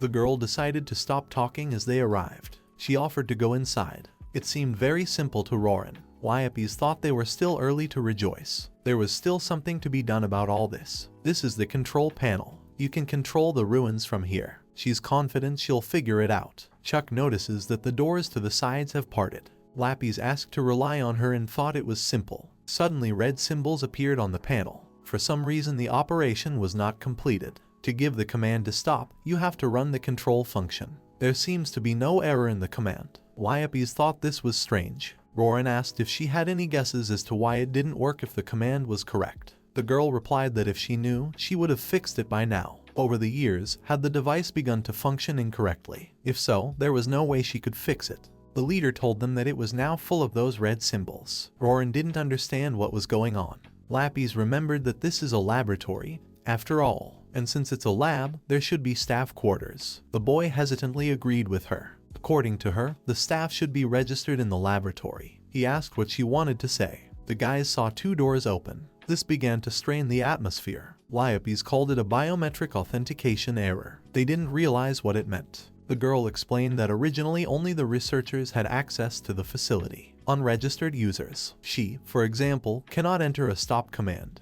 These red symbols are a biometric authentication error message. If you ignore the warning and try to enter the cancel command, the control will be locked after 3 unsuccessful attempts. Nothing can be done now, and they were recognized as infiltrators. An interception system within the facility has been triggered. Ritz realized that this was serious. He asked what they should do. Roran asked her to put it simply, so he doesn't understand. Lapis replied that they are recognized as intruders and they will be gotten rid of with the help of goblins. The exit is blocked and this room is connected to where the goblins are produced. The girl thinks the goblins will come here in a flood, so they should try to stop them. Ritz prepared for battle. Lapis promised to try to trick the system somehow. When she does, the goblins will cease to be a problem. But as long as it works, she is defenseless. The leader asked what made her think she could do it. She explained that she was a priestess of the god of knowledge. Roran thought she had an explanation for all of that. Lapis replied that she had not told a lie. He agreed with her and did not interfere with the work.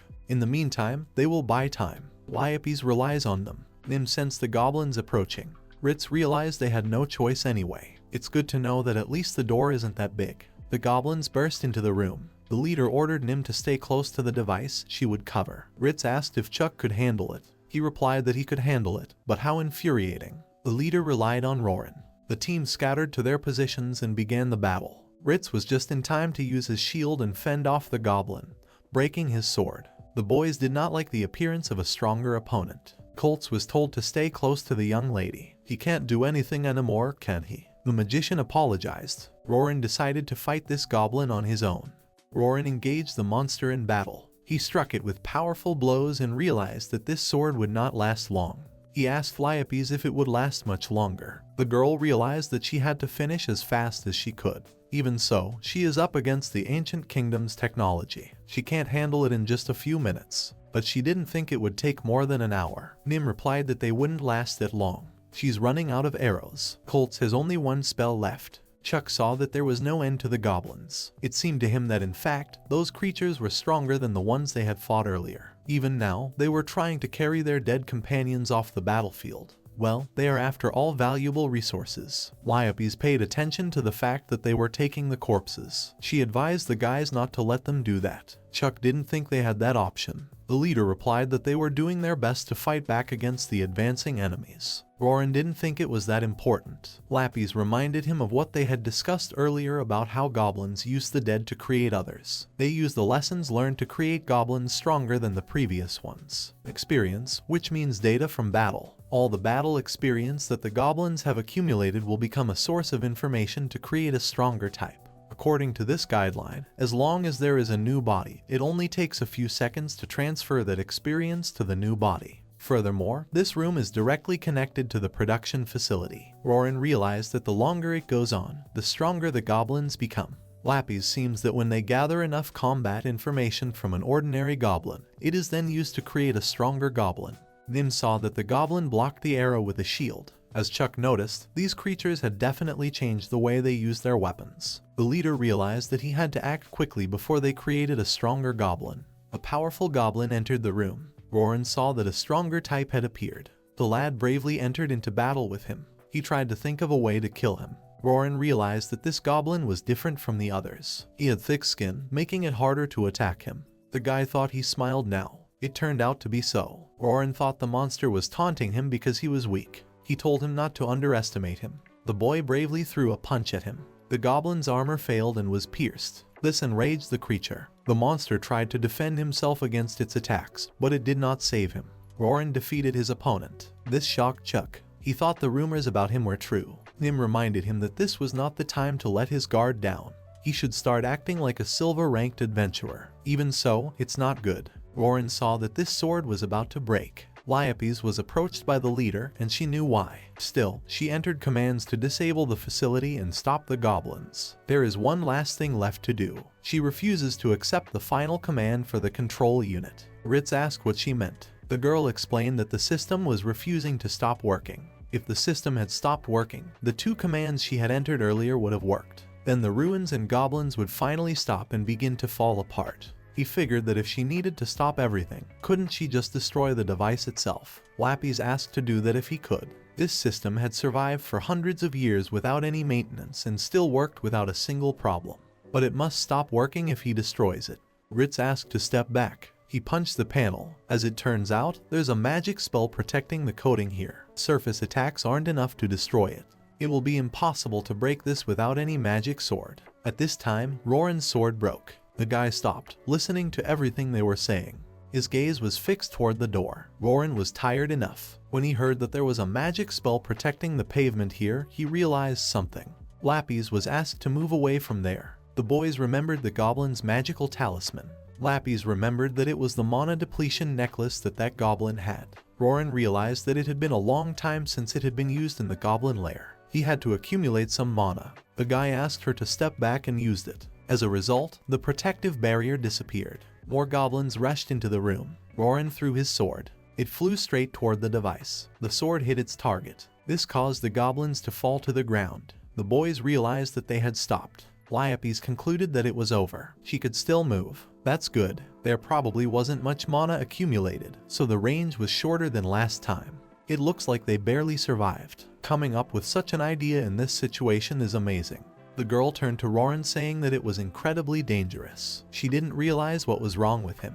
The guy had fallen to the ground. Liope rushed to him. The guys suddenly saw something that surprised them. A way out to freedom opened before them. Roran woke up, which pleased the girl. He slapped her on the forehead with the words that she shouldn't climb on men so recklessly. Liope explained that there was nowhere else to sit. The guy felt that she could sit on the vacant seat on the bed. To the girl, this bed seemed too hard. Her ass would fall off. Roran assumed they were in a hospital. Lapis confirmed this. She asked if he wanted to know what happened after he passed out. The girl inquired about the last thing he remembered. The boy replied that he remembered up to the moment he threw the long sword at the device. She noticed that he had no problems with memory or other cognitive functions. The girl must say that his berserk state is much milder compared to others. He felt like she was making it sound like there were good and bad. Lapis thought it was obvious. Much more important is what happened after he threw his long sword. They were thanked for their report on the circumstances of the investigation of the ruins. The woman was glad to hear that they had all returned safely. She asked to take her reward to the next administrator, and about the tokens they brought back. There was no doubt that it belonged to the members of the silver rank team who had also accepted the request. There was the name of the leader of that group. They will organize an additional search of the ruins to find the rest of the relics and artifacts. In any case, they would take up the matter later. She asked to leave it to her. Ritz had only heard his name once before. It would have been better if he had heard it from himself. And now, after receiving a request to investigate, they were struggling to find any treasure or artifact. If you subtract the training and medical expenses after the mission, they're broke. But Nim was glad they all came back alive. The Colts were genuinely grateful that they had run into these two. Chuck thought back then in the control room this guy was just amazing. He even thought he was that mercenary from the rumors. The one with the body like the wind. When that wind blows past, everything in its path is torn to shreds. The leader realized that they were talking about a mercenary named Wind Splitting. Ritz thought that it couldn't be him. How could such a famous mercenary be a bronze rank adventurer? Chuck replied the leader thought that 2 or even 3 other people were capable of such a thing. The young man mentioned that he was once a mercenary, so that's why he's so curious. Ritz advised he better hurry up and get treated if he has so much time to fantasize so much. He hit Chuck. Lapis explained that this is why. Once the device was destroyed, the lock was removed. That's why the cancel and sleep orders embedded in the relic worked. Those ruins were now useless. In the end, the main device was completely destroyed. And because of this necklace, all the inner magic circles were scattered. No one would be able to repair the device with the current level of magic. Unfortunately for Ritz and the others, the reward wasn't very good, so they weren't satisfied. Although half of it was a joke. Considering that they couldn't find anything useful during the investigation, it wasn't surprising. While the investigation was considered a failure, it wasn't completely useless. It looked like they had received a rather large reward. Even so, she did something she shouldn't have. It would be problematic if they had some strange connections, and Ritz and the others. Lapis had heard that they wanted to seal the deactivated ruins later, after the recon squad explored. The way she thinks, the place won't be used in any way anymore, so they might just leave it. But it's better to be safe than sorry. Roran wondered who had brought him here, and where was this hospital located. Lapis replied that she had carried him. The girl couldn't leave it to Ritz and the others. Although they offered to help, they had wounded people too. As for the second question, they were now in Kaffa. Roran thought it sounded like he was causing a lot of trouble. Lapis asked not to worry about it. Speaking of failed tasks, their order to eliminate the goblins had turned out to be a failure. Considering that 3 of their comrades didn't return, they couldn't exterminate the goblin nest, and they had no proof that they had defeated even one goblin. It was natural. The boy asked what was wrong with that bag of lugs. The girl suggested that it had been lost during the last battle. That didn't please him. Since Ritz wanted to leave as soon as Roran fainted, she failed to collect any materials from the surrounding goblins to use as proof of victory. But she didn't want to become a burden. Roran felt resentful that they had gotten nothing after all they had been through. At least he got out of there alive. He remembered past comrades. They had been reckless, but they were not essentially bad people. Roran noticed that Lapis wasn't so bad. She thanked him. According to the girl, it was quite possible that the scouting party could find and rescue those girls. After all, they were just ordinary goblins. That meant they didn't receive any rewards for their request, besides incurring some expenses because of the trip.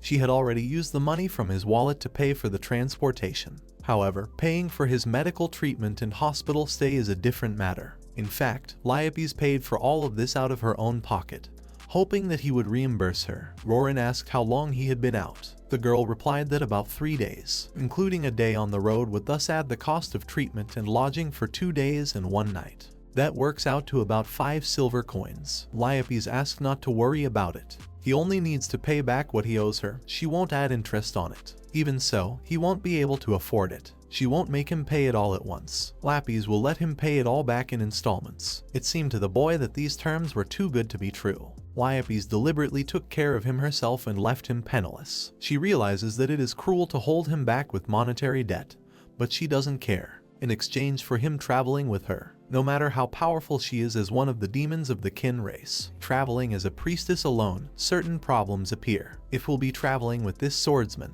they will fulfill the minimum group size requirement. This will keep pesky vermin at bay, and they will be able to show off their abilities as a group. Besides, Roran is a mighty warrior. Even though he knew that she was from the kin demon race, his attitude didn't change, and more importantly, he is a trustworthy man and her savior. Lapis asked to put the money problem aside. It would be good for him to travel with the priestess. She thinks it's not a bad deal. The girl wondered what he would say. From what he said, it didn't look like he could refuse. Lapis realized that he agreed. The boy asked her to promise that it was until he repaid her. She agreed with him. Lapis looks forward to working together. Roran asked to get off his back. By the way, it's a secret, but for the girl this request came out on the plus side. When they were in the caretaker's room looking for the manual, she pocketed a couple of valuable items. Lapis was so secretive that even the thief didn't notice anything. Most of the items had some sort of magical enchantment. She thought that locket was from that room, so money wasn't a problem yet. She felt sorry for Roran, but his debt would only increase from now on. She is looking forward to this adventure. 2 men were having a conversation about the destruction of a pioneer village up north. Been there before. With the expansion of agricultural land, and more taxes can be collected, which is only to the advantage of the rich. So they realize their plans to conquer new lands. Only in such cases, and peasants there should be properly protected. Well, they'll squeeze them out, but nobody cares about destruction and death. Money rules this world. Roran agreed that people would not give up money willingly. Peasants, kings, aristocrats, mercenaries, adventurers. The boy was thinking about money. He was approached by Lapis, who didn't like the fact that he was drinking in the morning. With him being in the hospital for 2 days, she could understand his desire to drink. She asked if he had money for it. The girl realized that he had forgotten. His mercenary squad was destroyed and he was forced to become an adventurer. The first unpleasant mission had come to an end. No need to ask if it was successful, and he got a comrade. Demoness Lapis. She explained that alcohol is bad on an empty stomach, especially after an illness. He replied that the girl was aware that he had no money. Lapis promised to pay. She ordered herself a sandwich with eggs and no mustard, and him a ham sandwich. Roran realized that she was a priestess serving the god of knowledge, a rather savvy one at that. No, too savvy. Liope's told the waitress to count together. Guy knew she could use divine spells, also demon magic. He started to work together with her, thinking that as a beginner like him should burn things out.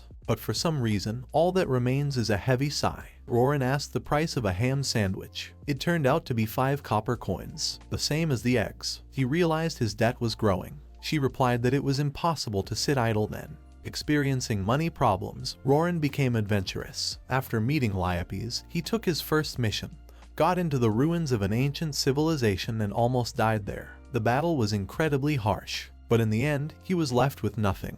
There is no money, because of which all the costs are now on Lapis. He's working with her until the debt is repaid. The guild tavern. The girl liked the taste of the sandwich. Roran didn't know when it would just happen. He decided to give it a try. Lapis understood there was work to be done, but after all, the lord was left unarmed. He thought of the requests he could take without weapons. Roran remembered cleaning the ditches. Lapis didn't like that, the odor would remain. He'd said he'd work with her, hadn't he? And she doesn't want him to smell. Liopes remembered that she knew how to get rid of the odor and could borrow the remedy. Then she's okay with that. The guy thought about what he would probably deduct from the reward. He asked if there were any assignments he could accept. The girl offered to talk about complicated things later, but for now they would eat. Roran didn't think they were so complicated. The men at the next table turned their attention to him. What surprised them was that he was a copper rank. He was also being fed by a woman. They should be so. Roran noticed the iron rank tokens on them. Liopes asked him to just ignore them. The guy realized that once you let them get away with it, they would continue to.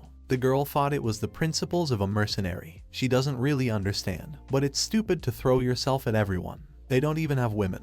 Who would do such a thing for them? They didn't like what she said. Roran replied that she had provoked them quite well. Now he was going to kill them. The girl stopped him, saying that killing was not allowed, so they would become criminals. 90% of misunderstandings among adventurers result in casualties, and she asked him not to go through their pockets. Not enough to get caught stealing. Besides, they'd have to pay for damaging the establishment's property. But she has no problem paying, so he can smash everything. The guy was told that if he bowed to the floor, he'd be forgiven just because there's a woman here. She's a priestess, isn't she? They are very useful in many ways. He's already had his fun with her, hasn't he? Now it's their turn. The men decided to pick a fight with him. Liopes called them rude, not understanding how they could say such things in front of an innocent girl. In the end, she too got into a fight. And yet the gathering of herbs, a fairly simple option. Roran replied that they gather medicinal herbs in the forest near the city. There are no dangerous monsters here, so you can go even with bare hands. Lapis reasoned that the guild pays 2 copper coins for 1 herb. He would need 705 plants to pay off his debt. He asked not to pour salt on the wound. It seemed somehow simple to him. The guy asked why she started collecting herbs. It turned out that the girl also wanted to make money. It would be bad if she couldn't lend him money. By the way, she noticed that Roran was missing a lot. The guy admitted that he wasn't very good at it. If it was about the battle, he'd pay it all off quickly. Lapis reminded him that he had nothing to fight with. He agreed with her. Still, it wouldn't be possible to collect much. The girl realized that nothing more could be done. The request is common, someone always puts it out. He offered to go back. Liopes calculated that 30 copper coins was the recommended price of an inn room by the Adventurer Guild. The minimum cost of a meal is 5 to 7 coins. 2 coins for a glass of liquor, so a day's worth of 45 to 53 coins is needed. So after this request, Roran is still in the red. She suggests giving him more money to buy the things he needs. This is something to think about. Roran didn't understand how copper rank adventurers could even live. Liopes explained that they live in debt. They do stupid things and take lucrative jobs. But if they make a mistake, they say goodbye to the world. If the most sensible way is needed, it is worthwhile to raise the rank to iron and look for a strong team. The boy noticed that they live in a cruel world. In matters of money, the mercenaries are very well off. It must be all the efforts of the commander and accountant. Lapis replied that no matter what the conditions are, one has to live somehow. He handed her a bag of herbs. The girl thought she would have to carry the stuff. He asked her to be quiet. There is someone there. Lapis felt that if there was someone there, it might be better to run away. Roran agreed with her. But something gave him a bad feeling. They saw the girl lying in the middle of the forest. Liopes assumed that she had gotten lost. The girl is barefoot and her feet are uninjured. Her clothes are clean. It is unlikely that she walked here by herself. There's no muscle. The skin on her arms and legs is not rough at all. She's been well cared for. Looks like she's from some kind of noble family. The boy wondered what she was doing here. Roran noticed the creatures grinning, which he didn't like. They were forest wolves. He decided to deal with them and rescue the girl. Lappies didn't mind, but what about the weapon? He thought there was no problem with that. He could handle the dogs as it was. Lappies recalled the morning. He had inquired if they could eat them. The girl replied that the meat was not edible, but the skins could be sold. Roran remembered that they did not have a knife. The boy asked about the girl's condition. As it turned out, there were no external wounds. She seemed fine. She's lucky after all. They found her before those wolves got to her. He agreed with her. If someone is unlucky, someone should be so lucky. Lappies reasoned that in that case, there must be someone somewhere who was very unlucky. No one in mind. Roran didn't bother to answer that. She wondered what they would do with the girl. Not leave her. The guy didn't want to drag her into town with him, of course. But when they returned, they would just leave her in the guild's care. Roran felt that she was just very light. Lappies thought that was odd. So kind of chubby. They wondered who she was. When she wakes up, she'll tell them. Don't let anyone mistake this for a kidnapping. Two villains took an innocent girl with them. Lappies asked me not to attribute it to her. That's how their new adventure began when they met this girl. Roran noticed that they had entered the city quietly. Lappies replied that it would be different if they were definitely criminals, but that they could pass quietly. Kidnappers don't go around accompanied by priestesses. The boy thought it was great to be a priestess. According to her, in that sense from other people they have incredible credibility. The city of Kaffa, a guild of adventurers. The girl assumed that they had rescued a man in the forest. Roran confirmed this and suggested she check it out for herself. She considered the girl and decided that they would take custody of her. Roran didn't object. He couldn't go around with her forever. As for the two of them, the girl called them into the guest room. The guy warned right away, this was not a kidnapping. The girl realized that the kidnappers wouldn't bring their victim to the guild. She just wants to talk. The girl decided to go straight to the main topic. She doesn't feel comfortable talking about it, but she would like to place restrictions on their movements for a while. The boys did not know how to understand this. Was there really any question for them? She replied no, nothing like that. It's just that the guild is going to find out who this girl is, and until they have the results, they wouldn't want them to do anything. They thought something was wrong with the girl, but she couldn't say anything at the moment. Roran inquired about the restrictions and for how long. The girl replied that if a time frame was needed, it would be a few days until the results come back. They just want the two not to leave the city. If possible, they could wait at the set inn. Something about that didn't make Roran feel any better. She explained that the inn is on the main street, called the Multicolor. The name didn't tell him anything. Lappies remembered that this inn was vying for the place of the best in town. High class, like the price. The girl replied that of course they take care of all the accommodation expenses. If the guys need anything from the amenities, they can use their guild name, they will pay for everything. Roran didn't think it was possible to bribe an adventurer like that. The treatment was too good. No mercenary would accept a job for which they promise golden mountains. They're supposed to pretend they didn't notice. That goes against Lappies' morals. She was against such treatment. The boy wanted to know what was wrong with the girl they had brought. Lappies asked if the guild realized that they wouldn't let them restrict their actions without any explanation. Let her explain at least the most basic thing. Would it have any detrimental effect on them? The girl thinks that the probability of this is extremely small. In fact, she is known by a few people within the guild. But to be sure, they need her to wake up, and that might take a few days. Lappies realized that they wanted to confirm the girl's identity, and until they were sure they had nothing to do with it, they wanted to keep them close. She told Roran that it could be accepted. Once the guild members are convinced that they are not connected in any way, and just found the girl in the woods, they will no longer be suspected. In the meantime, they can live for a few days at the guild's expense. Roran decided to make sure that they would take care of the inn and money. The girl replied that they would do everything. She asked about a room for two. The guy demanded separate rooms, otherwise they wouldn't agree on anything. Lappies was fine with that. Roran replied that he was against. Perhaps this girl was not from this town, but from somewhere far away, and most likely of noble descent. Lappies wondered what happened if she was alone in the middle of the forest. Roran thought that they would enjoy an expensive inn and wait for the guild to contact them. It seemed to her that he was tired. The boy replied that he just didn't like the whole thing. She agreed with him. It seemed to him as if he couldn't get his body tense at all. He didn't think it was a matter of overexertion, but the whole body felt sluggish. Lappies thought after what had happened, mentally he might have recovered, but physically he was still tired. The found girl woke up. 2 days later, the boys were informed that since the two of them were not at fault, their restraints were lifted. They were thanked for their cooperation and could go on as they wished. Lapis was surprised that they were not going to explain everything that had happened.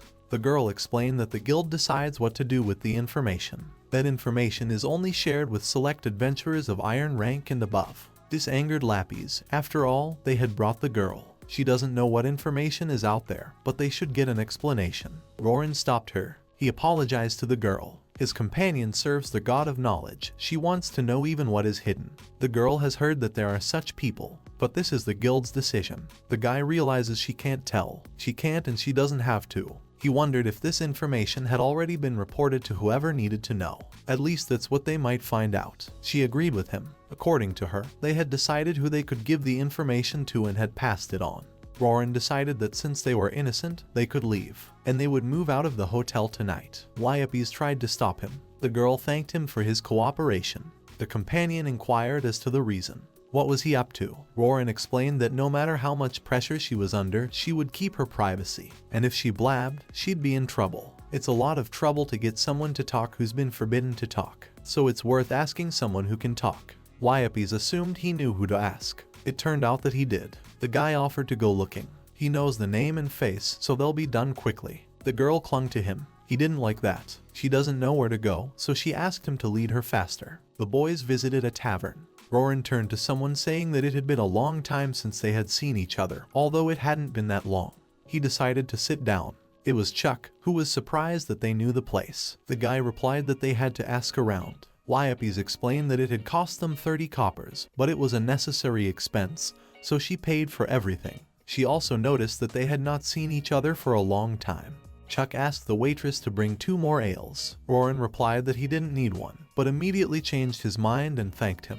Chuck's explanation was that they had helped them out. At least let them give them a treat. Roran didn't think they had done much. Chuck asked for no bullshit. It didn't work out with the money, but that's the way it is. Surviving is a good thing.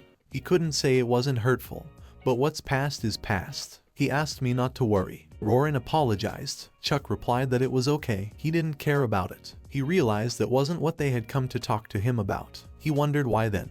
The main character told him that they had picked up a girl in the woods a couple days ago. Chuck was surprised that it was them. He remembered that the guild had only told a few with a rank of iron rank or higher about it. Was that what they were here about? Roran explained that his partner wanted some information. He understood them. Chuck is a silver-ranked adventurer, after all, and they thought he'd just give it all away. Second-rate adventurers who talk too much about their work don't rise to silver rank. Roran replied that he didn't think so. It was just that they thought about who could sell them such information and remembered him. Chuck brought up the fact that the guy had saved Nim. If he promises not to tell what he learned from him, he can tell. The guys promised not to get him in trouble. Chuck immediately warned that he could not guarantee the truth of the information. Let them decide what to do with her, he'll just tell them what he knows. Looks like the girl they brought is Sina Lonbarsha of their city-state of Hansa. Lapis explained to Roran that the city-state of Hansa is 3 days' journey south of Kaffa. It is a small country, with the capital in the city of Hansa. She does not know the name of Sen, but Lonbarsha is a clan of rulers. The boy was surprised that she knew quite a bit. That pleased the girl. Chuck explained that Sina is the only daughter of the ruling family. Their situation is not that straight wow, but they shouldn't be rude either. The guys wondered why they were restricted from traveling when they brought her in. Chuck explained that it was simple. They didn't want them to blab.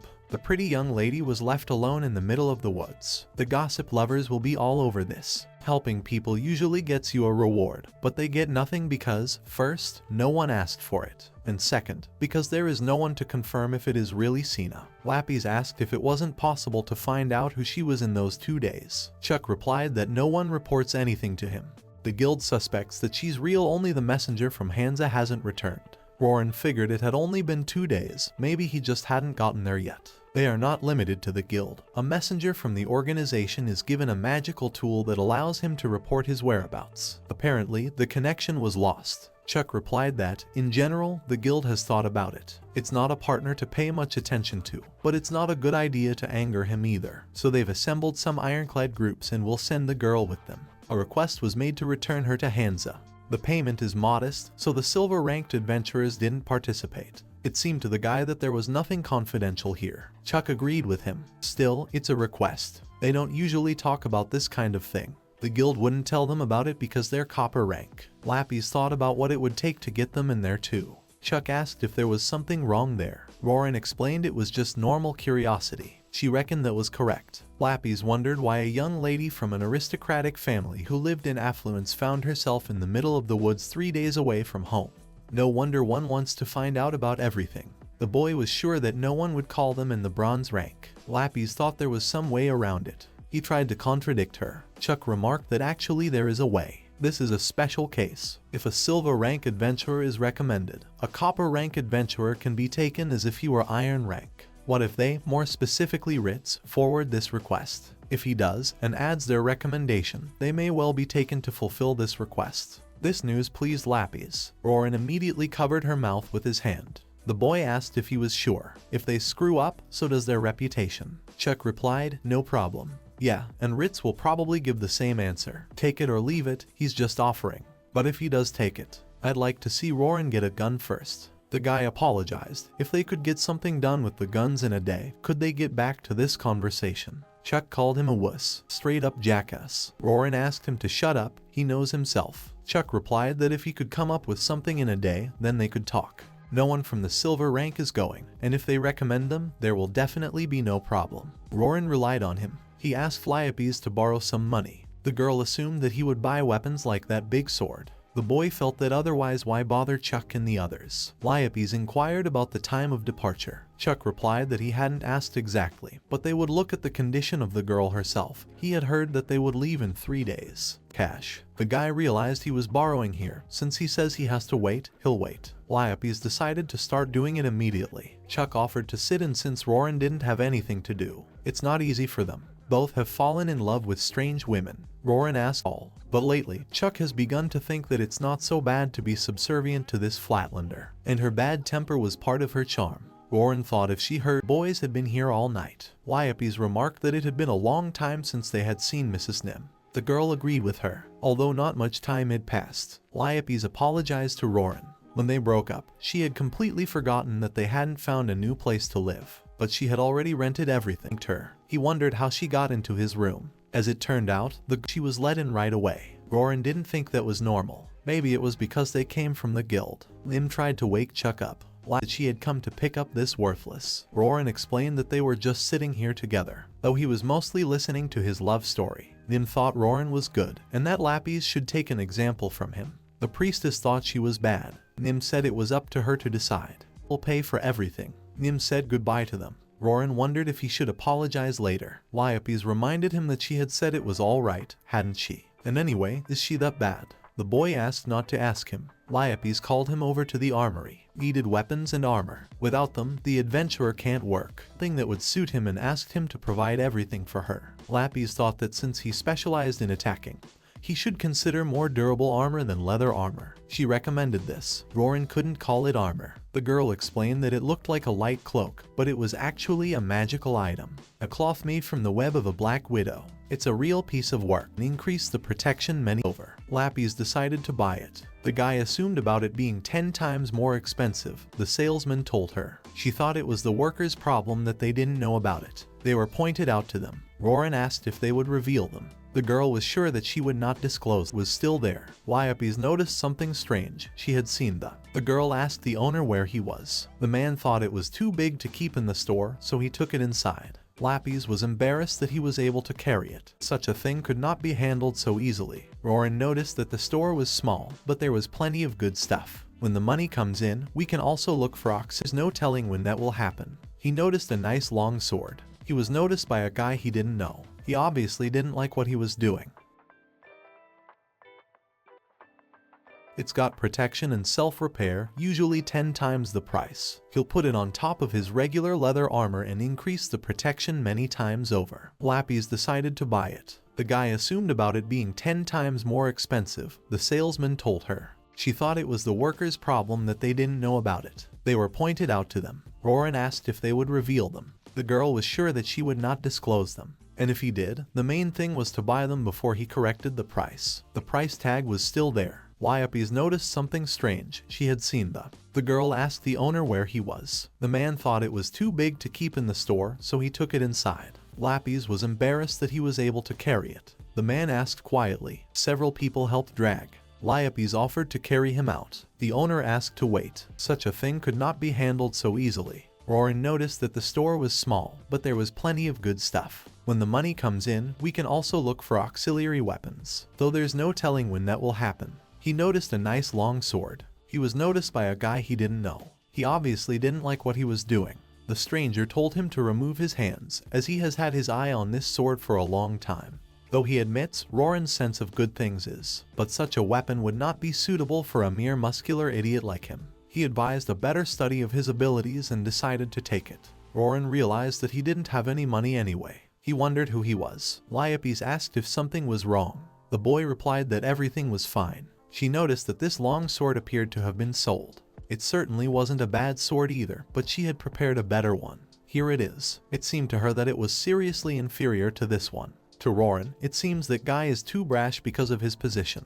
What the guy saw in front of him shocked him. He didn't understand how she was able to find him. Lapis calculated. A new leather armor cost 50 silver, a coat 5 gold, weapons 15 gold, also potions, a spare dagger, and so on. In the end, the debt is 23 gold and 80 silver coins. It seems to the guy, in addition to the property, he himself is already beginning to partially belong to her. The girl asked not to worry as the adventurer's equipment is his property. Tomorrow a new request awaits them, so she suggested a good rest today, to which he agreed. Lapis had already settled on the bed and said goodnight to him. Roran carried the girl out, pointing to her room. She thought she should have booked a double room. In vain she decided to do as he said. He asked her to sleep already and not to tell her that he was afraid of something. Roran lay down on his bed. He thought about the fact that this would be his second assignment as an adventurer. The guy is sure such a request will attract many experienced adventurers. Maybe they wouldn't be like Ritz's group, but others of iron rank will definitely be. In any case, he can only hope there will be a good group.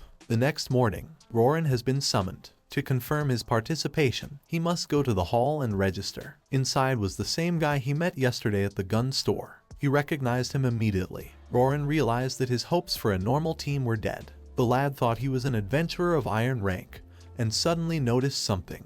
He realized that Roran was a copper rank adventurer, and asked if this query wasn't for iron rank and above. A girl responded to his question and explained that they had a recommendation from the silver rank. According to the guild rules, a silver rank adventurer's recommendation allows them to equate copper rank with iron rank. Based on that, they are fully entitled to participate in the fulfillment of this request. Roran was sure that he wouldn't be charged for having connections after all. The guy reminded that, as he said yesterday, let him know his place. He doesn't know how he got so lucky, but he'll give advice. Let him be careful and try to stay out of the way. Roran agreed. He won't get in his way and stand aside. The boy thought he had nothing more to say. The girl asked them to calm down. They would need to fulfill the request together after all. The guy couldn't believe that he was being equated with someone like Roran. As the other girl said, the least they could do was not to interfere. If their actions prevented them from fulfilling the request, the guild would fine them. They are once again informed that the guild sees no problem with their participation. Silver-ranked adventurers confirm that they are capable of such tasks. If they become an obstacle to the request, they will be punished. If rank is so important to them, the authority of a silver rank opinion should weigh heavily on them. The guy understood her. The girl asked to bear in mind that their participation in such a request was a special case. She asked to try not to become a source of trouble. At first she thought they were just good acquaintances, but it seems they are really worthy of the iron rank. The girl is happy about it. She first decided to check the availability of all the participants. The fact that Lapis remained silent seemed surprising to Roran. It turned out her partner thought it was a waste of time to argue with such people. That's her style. The guy didn't think so. The girl calculated that there would be 23 people involved in fulfilling the request, and thanked everyone for participating. This request is an official request of the Adventurer Guild. The purpose of the request is to escort Sina Lonbarsha to the city-state of Hansa. Sina is the daughter of the ruler of Hansa. Therefore, the girl demanded respectful treatment. It is 3 days' journey to the city, so they prepared horse-drawn carriages. The adventurers must ensure the safety of the road.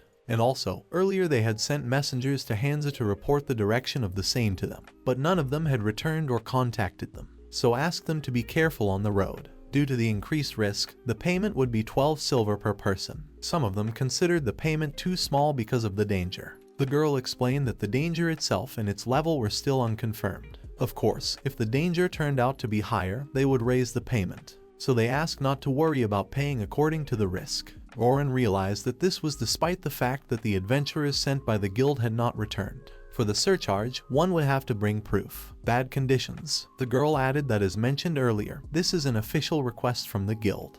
It is now possible to refuse the request with a penalty. If they successfully fulfill the request, in addition to the agreed upon reward, they will be granted special privileges. Therefore, they should take it responsibly. Sina asked for a ride home. She can't promise now, but she will definitely tell her father and ask them to reward them additionally. Liope's asked to give a contract. It seemed risky to Roran, but he can no longer refuse, for he is here on recommendation. The morning of the beginning of the request, Roran realized that they would go as well. Liope's explained that if they walked, they would not get there in 3 days. He had never participated in an escort before. The guild was able to prepare the cruise in 1 day. The guild's administrative resource is amazing. His physical fitness amazed Liope's, the ease with which he carries his sword. It turned out that Roran had long since gotten used to it. They realized that there was a bunch more equipment. The boy asked what the bottom line was. Liope's told him that there were 3 wagons in total. Still, 23 adventurers are involved. In the first one, 8 adventurers will go. In the second, Sina and 7 adventurers will go. And in the third, the remaining 8 adventurers. They're going in this one. They have been asked to load faster and so are late. Roran struggled to climb into the wagon. He was too heavy. The coachman asked what they were doing to the wagon. It can't go like that. Lappies realized there was nothing to be done. This side was lurching badly. We'd have to get from this side to that side. This angered one adventurer who didn't understand why they had to cramp. Roran asked very much to be forgiven. He had nothing to say for himself. He can't do anything about it. He will help move the luggage. His gear is also very heavy. He'll move there too. Now they had equalized the weight. The boy was very grateful to them. The adventurers replied that after all they were on the same team and should act together. One should help each other as much as possible. Roran was surprised that there were some good people. He couldn't relax for long. A few hours later, Liope's could not yet say the diagnosis, but it was certain she was dead. A simple escort mission had turned into a horrific event. Liope's was certain that she was dead. Roran didn't understand why this happened. A few hours earlier, the boy apologized for the inconvenience. The same adventurer was indignant, saying that not only could he not find a place to sit, he was also causing trouble for others. How much longer would he keep sticking them in their wheels? Roran was not happy to see him again. Why was he bothering him? He wanted to address the guy, but he was interrupted by another adventurer who told him to shut up. The guild has already explained its decision. Let him go to his wagon. He grudgingly walked away. Roran was surprised to see this guy surrounded by girls. He wondered if this was some kind of popular trend. They thanked Mr. for his help. Liope's said his name was Bro's son. The guy repeated his name.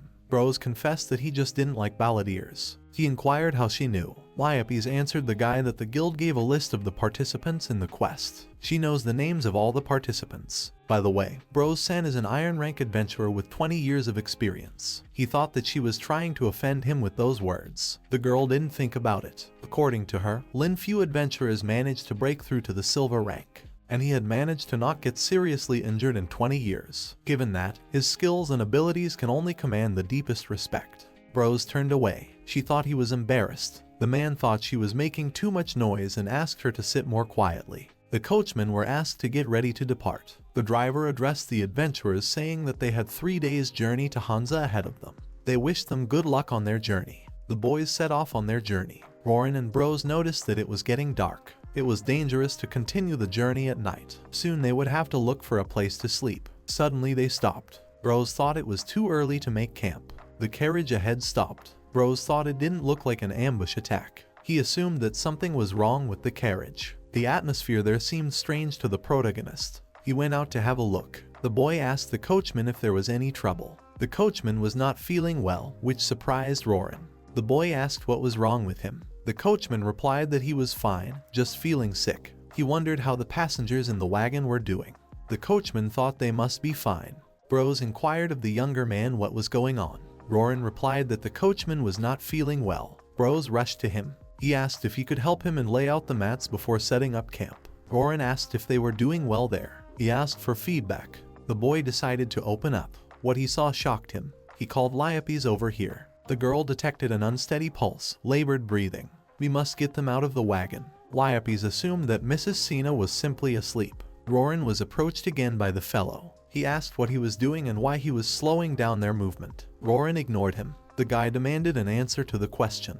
The protagonist apologized, but he had no time. Rorin advised preparing to deploy the camp and asked Bros to help. Bros asked what the panic was all about. The boy grudgingly walked away. Rorin marveled that priests were taught medical skills as well. He asked Liapes if it was true. The girl explained that he had quickly lost all his strength and was breathing heavily. He is not sick or injured, he has fatigue, but some kind of unusual fatigue. It is not normal, he could not be so tired. As for the dead, she cannot understand the cause of death. Their heartbeat and breathing just stopped. They simply died. Rorin called it a delusion. The adventurer thought it was a lie. As early as this morning, they were fine. They were only traveling in a wagon. Bros didn't realize what it was. Liapes suggested that Bros check it out for himself. There needed to be at least some kind of diagnosis. He became convinced that the girl was dead. Liapes agreed that unequivocally both were dead. Rorin realized he had to be more careful. Liapes recommended that the bodies be burned. This angered Bros. He asked why not just bury them.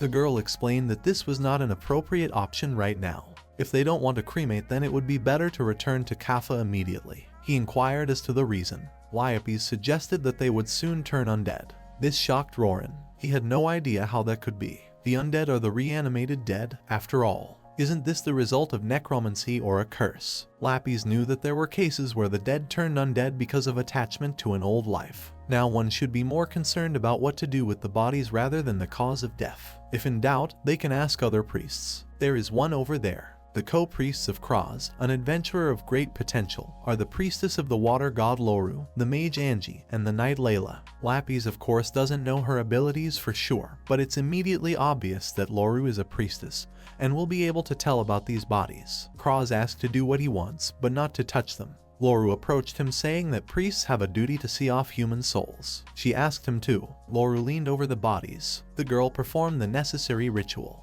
Rorin remarked that here she looked like a priest. Lapis asked, did she not look like one? They asked the girl what she recognized. Lore answered that both bodies were defiled. Soon they would turn undead. This horrified the boy. Bros realized that it was very bad, but there was nothing to be done, it had already happened. First of all, they need to set up camp before the sun goes down. After that, they will burn the corpses. He has to carry the bodies away from here. He asked for help with that and not to slack off. These were their friends and comrades. One of them was insanely indignant. They didn't even engage in battle. Why would they become undead? He doesn't understand. He was sure it had to do with the wagon. They were sitting in the wagon prepared by the guild, just like them, but only those who were in the second wagon are bad. But the strange thing is that it's only good with her. He looked at the awakened Sina with horror. The team burned the bodies of the dead.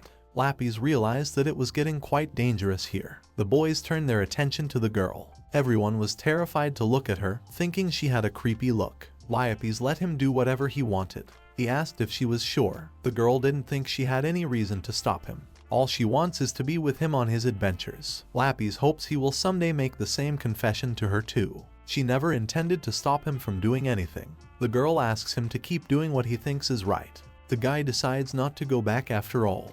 He said hello to the girl and offered to eat with them. Eating alone doesn't taste so good. Sina replied that she had no appetite. Rorin felt that she should at least eat a little. They would have another rough day tomorrow. Sina agreed. She asked if her company would not burden them. The boy asked not to worry. His friend said he didn't mind at all. Then she asked to be allowed to squeeze them a little. One of the guys realized how close he had gotten to the silver rank. Kraz said that one should have expected such subservience for a good recommendation, and it was obvious to everyone that they were doing it for the extra reward. His regular presence annoyed Rorin.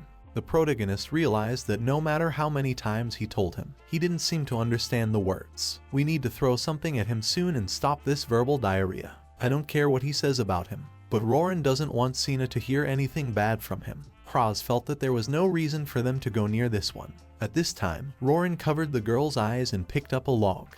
He threw it straight at Kraz's face. The girls, indignant, rushed toward him. Rorin was afraid to ask if he could look at Lapis. The girl answered yes. Why not? It's all right, after all. She asked him to hurry up and bring Ms. Sina here. The three spent the night together. It was time to sound out the plan for the second day. Bros announced that, as a result of the general discussion, they would proceed to Hansa in this formation. There would be no return to Kappa. The members of the group knew the request would be dangerous. This is what they got. Those who are already dead will not be able to receive their reward.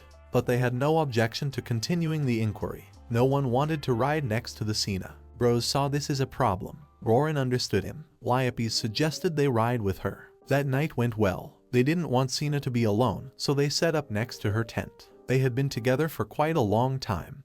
He doesn't feel any ailments, right? The guy replied that he felt fine. Liope asked, or did he want Sina to go alone? He hesitated for a moment. Bros thought they would go with her. Roran replied that they had spent the whole night together and he didn't think there was anything wrong with her. Bros wanted to make sure that they would really do it. They would be doing everyone a huge favor by doing this. It's not good to leave a customer alone. He was asked if they would then have enough wagons for the others. Bros felt that he didn't have people to go in that wagon anyway, sit in the cramped quarters. As soon as something happens, let them speak at once. If something happens to them, it won't make them feel better. Two men entered the wagon. Sina was happy to see her brother and sister. The boy asked if they could ride with her. He inquired about the condition of the coachman. The man answered weakly. Roran realized that he was still not feeling well. Only his second day and already a heap of trouble. Most of the adventurers were already demoralized and depressed. Something will most likely happen in the future. Bros ordered the men to disperse to their seats. The guys were asked to be vigilant from now on. Sina wanted to make sure that everything would be alright. Liope replied that everything would be fine because they had a very strong mercenary with them. The boy thought she was referring to him. The girl asked if there was anyone else here, calling him Mr. Dissecting Wind. Roran apologized for deceiving expectations, but it wasn't him. He is often confused with him. She seems to be mistaken.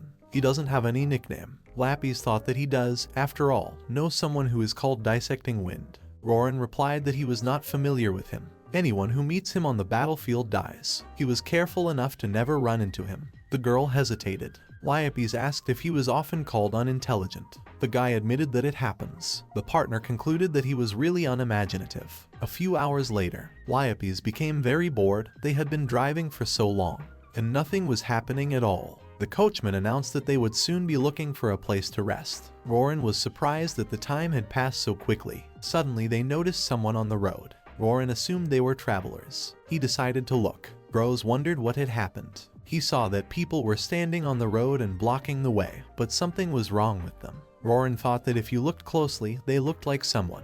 Judging by their clothes, they looked like ordinary townspeople. But, is there a village or town nearby? They were approached by an adventurer. He asked what they were doing here and if they knew they were obstructing their passage. He approached one of them asking if he could hear him. Roran tried to stop him. Something was wrong with them. The guy asked him to be careful. The creature turned to him and bit his arm. The adventurer cried out in horror. No one knew what was going on. The other guy had his weapon under his arm and was demanding to be let go. He didn't understand why the creature had such a grip. Bros rushed to the rescue. They realized that this was really hard. What's wrong with them? Aren't they just ordinary people? Loru announced to everyone that they were undead. That surprised Bros. It was sunny now after all. He ordered everyone to come out to fight. Kraz did not consider zombies as his rivals. Layla asked him not to run too far away. Angie asked if he needed help. The amount of magic is limited. Rose replied, let him go, and informed the priest that he needed treatment. Kraz saw fit to cut off the zombie's neck.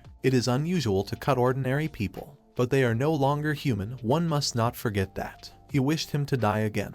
There was a battle going on. The girls came to the conclusion that it was not just zombies. Liope realized they were revenants. She invited Roran to join in. She brought a sword, too. The boy asked if it was necessary. It seemed to be fine as it was. The girl said how heavy it was. Only Roran could lift it. The swordsman remarked that he shouldn't have bothered so much, but his help didn't seem to be much needed. Lapis pondered this. Roran realized what the iron rank was. Kraz looked like he could only use the help. He asked what she was saying about those revenants. Lapis explained that they were stronger undead than zombies and humans. Revenant comes from the word revenant. Generally, the reason for it is like a zombie. It is a person that is heavily possessed by the world of the living or revived by the higher undead. Sometimes the magic of the living is involved. He is certainly more dangerous and stronger than a zombie, but he does not surpass the strength of a normal human.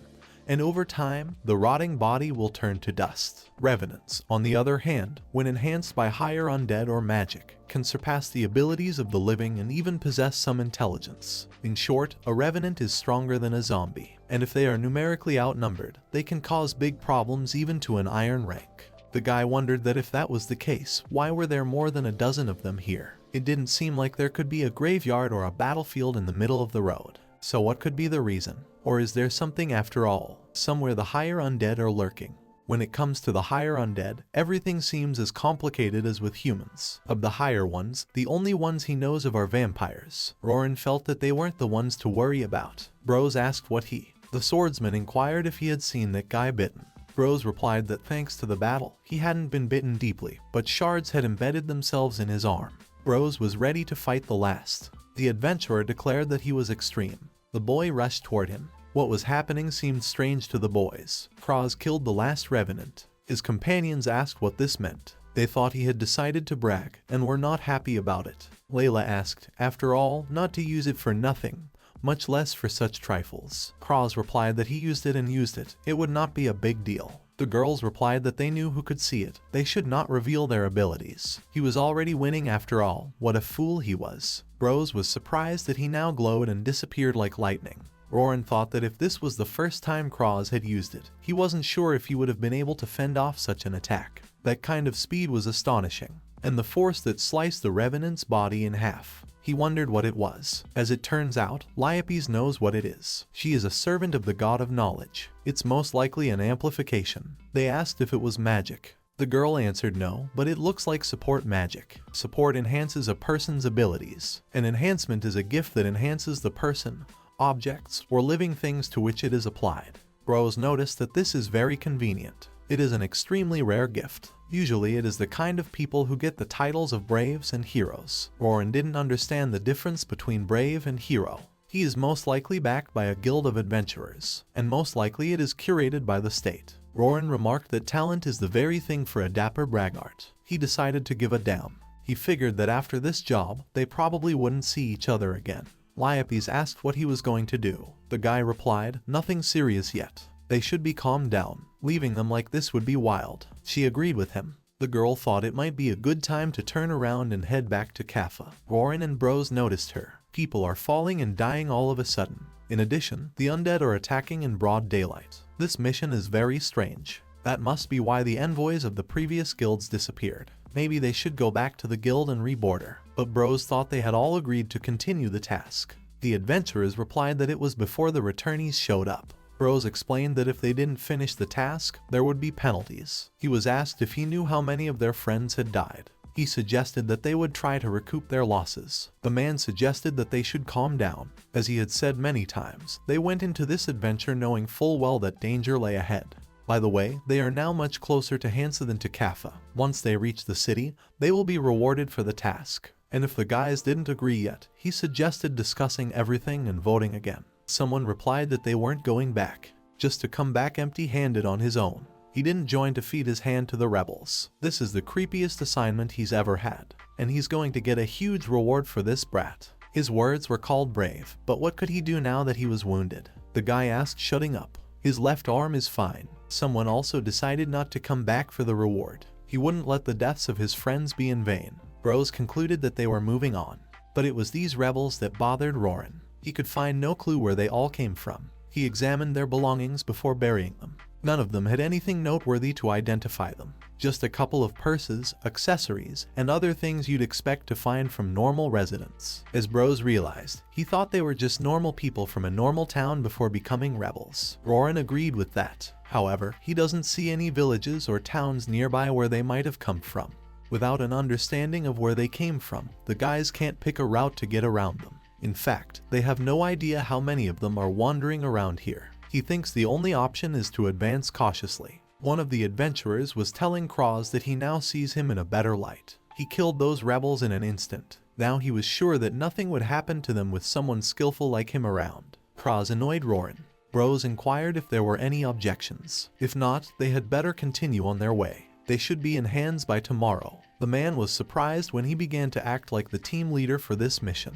It seemed to Roran that it was a little late for that. The swordsman returned to Liope and Senna. They were grateful for his hard work. He apologized to the coachman for keeping him waiting. At this time, if Roran had known that he would have to go through all this, perhaps it would have been better to return to Kaffa. There was no way in hell the adventurer was going to be fodder for those bastards. The revenants had a hold on him. The second night in camp, the boy realized it wasn't a matter of being or not being careful. In his opinion, there were just too many of them. Revenants were everywhere. Kraz couldn't handle them all alone. Roran asked if all the revenants were here. Lappies replied that most of them were zombies. He asked the boys to stand in the back. Sina was worried about him. The priestess tried to reassure her that he would be fine. Roran couldn't believe that the first thing he would chop up with this handsome man would be rotting flesh. He prepared himself to fight the dead.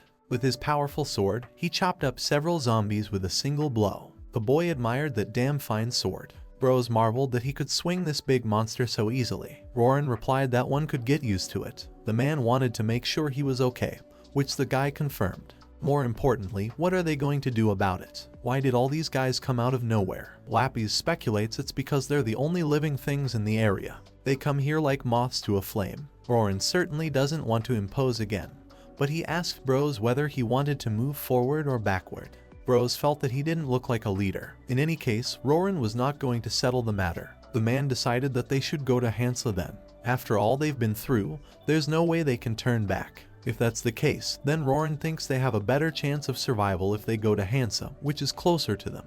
He doubts that the entire city has fallen. Roran asked if Lyopes had any objections. The girl replied that there was nothing in particular. Senna was shaking with fear. Well then, that was the end of it. The boy asked if any other wagons were intact. He was told that they had found one intact, but there was only one horse. Roran assumed it was because of the zombies. Lappies explained that zombies and rebels don't attack horses. They only attack those who look like them while they were alive. Bros replied that they were gone. The coachman of the first and third wagons took them. He could not stop them. Roran realized that this was inevitable in their circumstances. He would take care of the undead around him. Bros the lad asked him to harness the rest of the horses to the wagon, and Lappies to take Sina and be ready to go.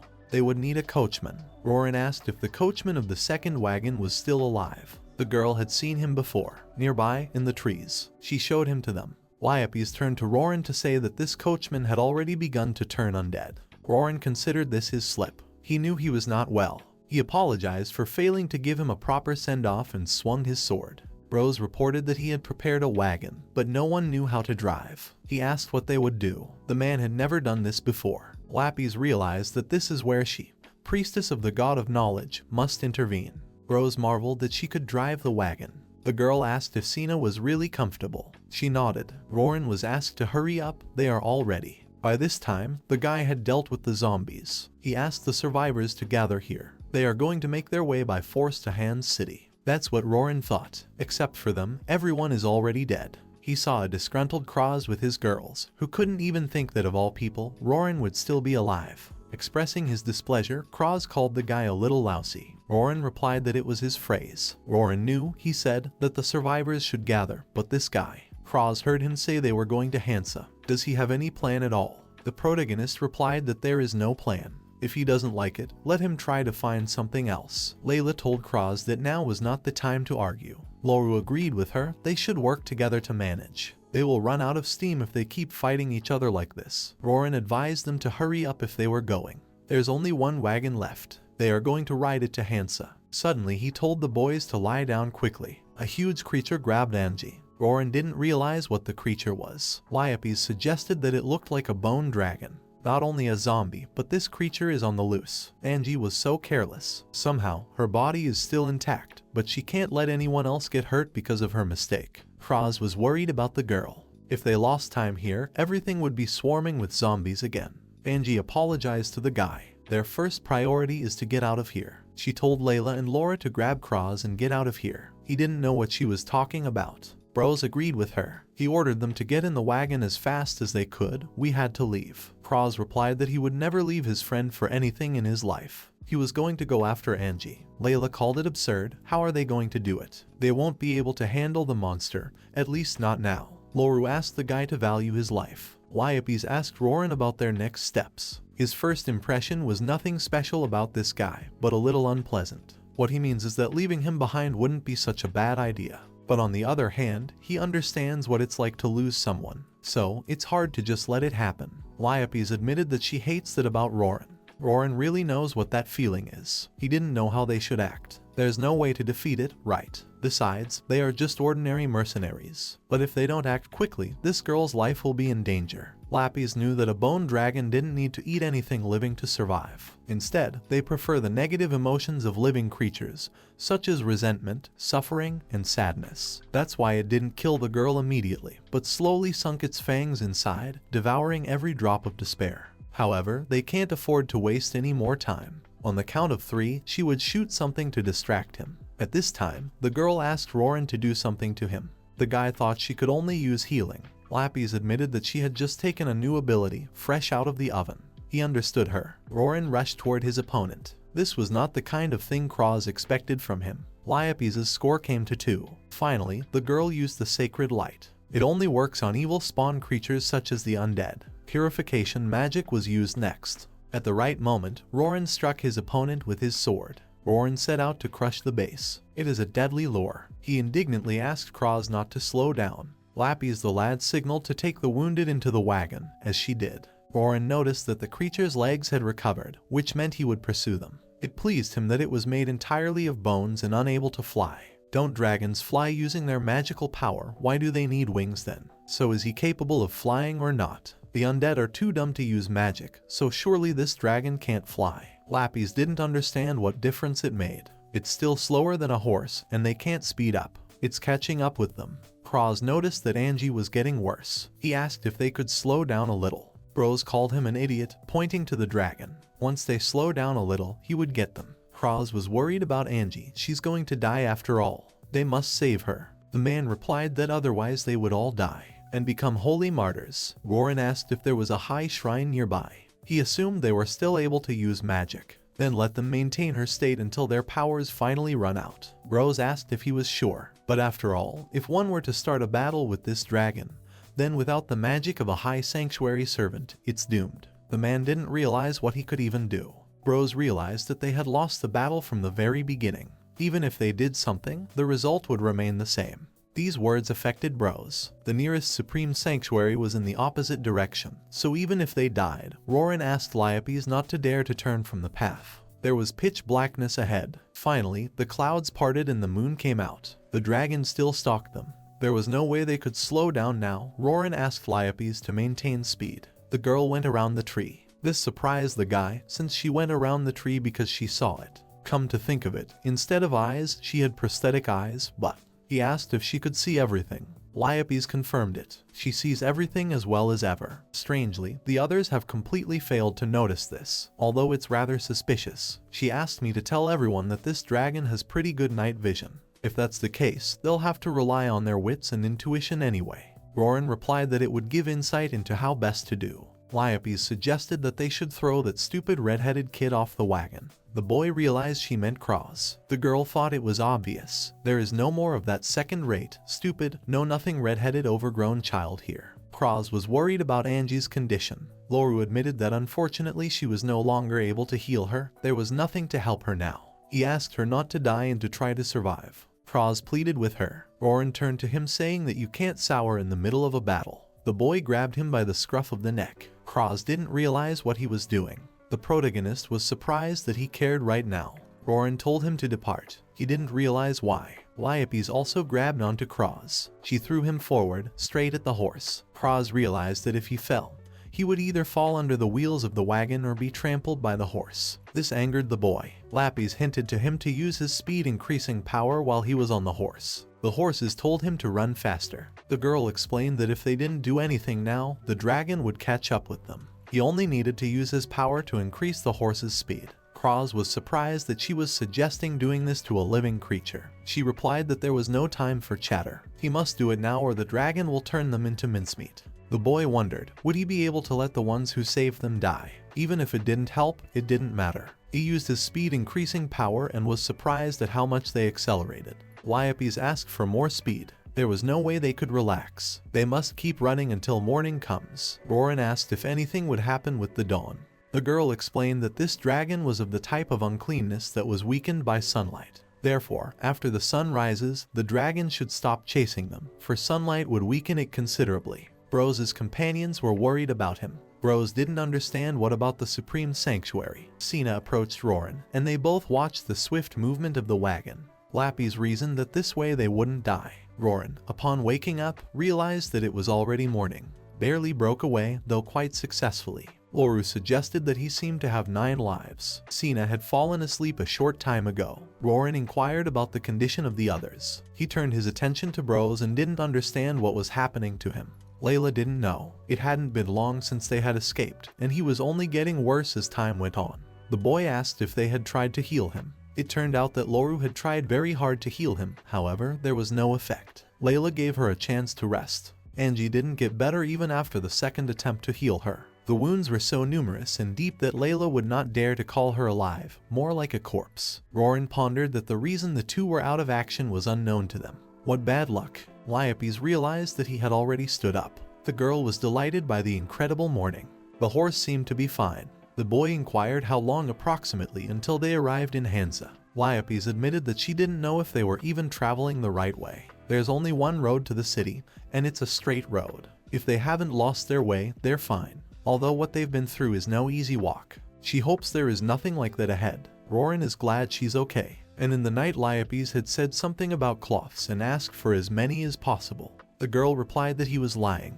Apparently men like to be beaten by such sweet and beautiful creatures as girls. Rorin admitted that he was not attracted to such things at all. Lappy's remarked that this was a good thing. But if it turned out to be true, she would feel extremely uncomfortable. The girl inquired whether he could make the horse run straight. The boy asked her to move over. He would sit up front. Rorin had spent most of the night without sleep, terribly tired. Liopes turned the controls over to him. He realized that the goats were still rather cramped for two. If the girl wants to rest, it is best to climb on the roof of the wagon. There you can. Liopes refused. She admitted that she was fine here. Rorin was sure that was not true at all. Though they had gotten away pretty quickly, it was not at all clear whether they were safe or not. The girl approached the boys. Rorin asked her what had happened. He turned back and saw his weakened comrades. What he saw shocked him. The boy didn't understand what the hell was going on. It wasn't like they had been cursed. Sina asked what they should do. Rorin knew that no matter what they did, there was nothing they could do anyway.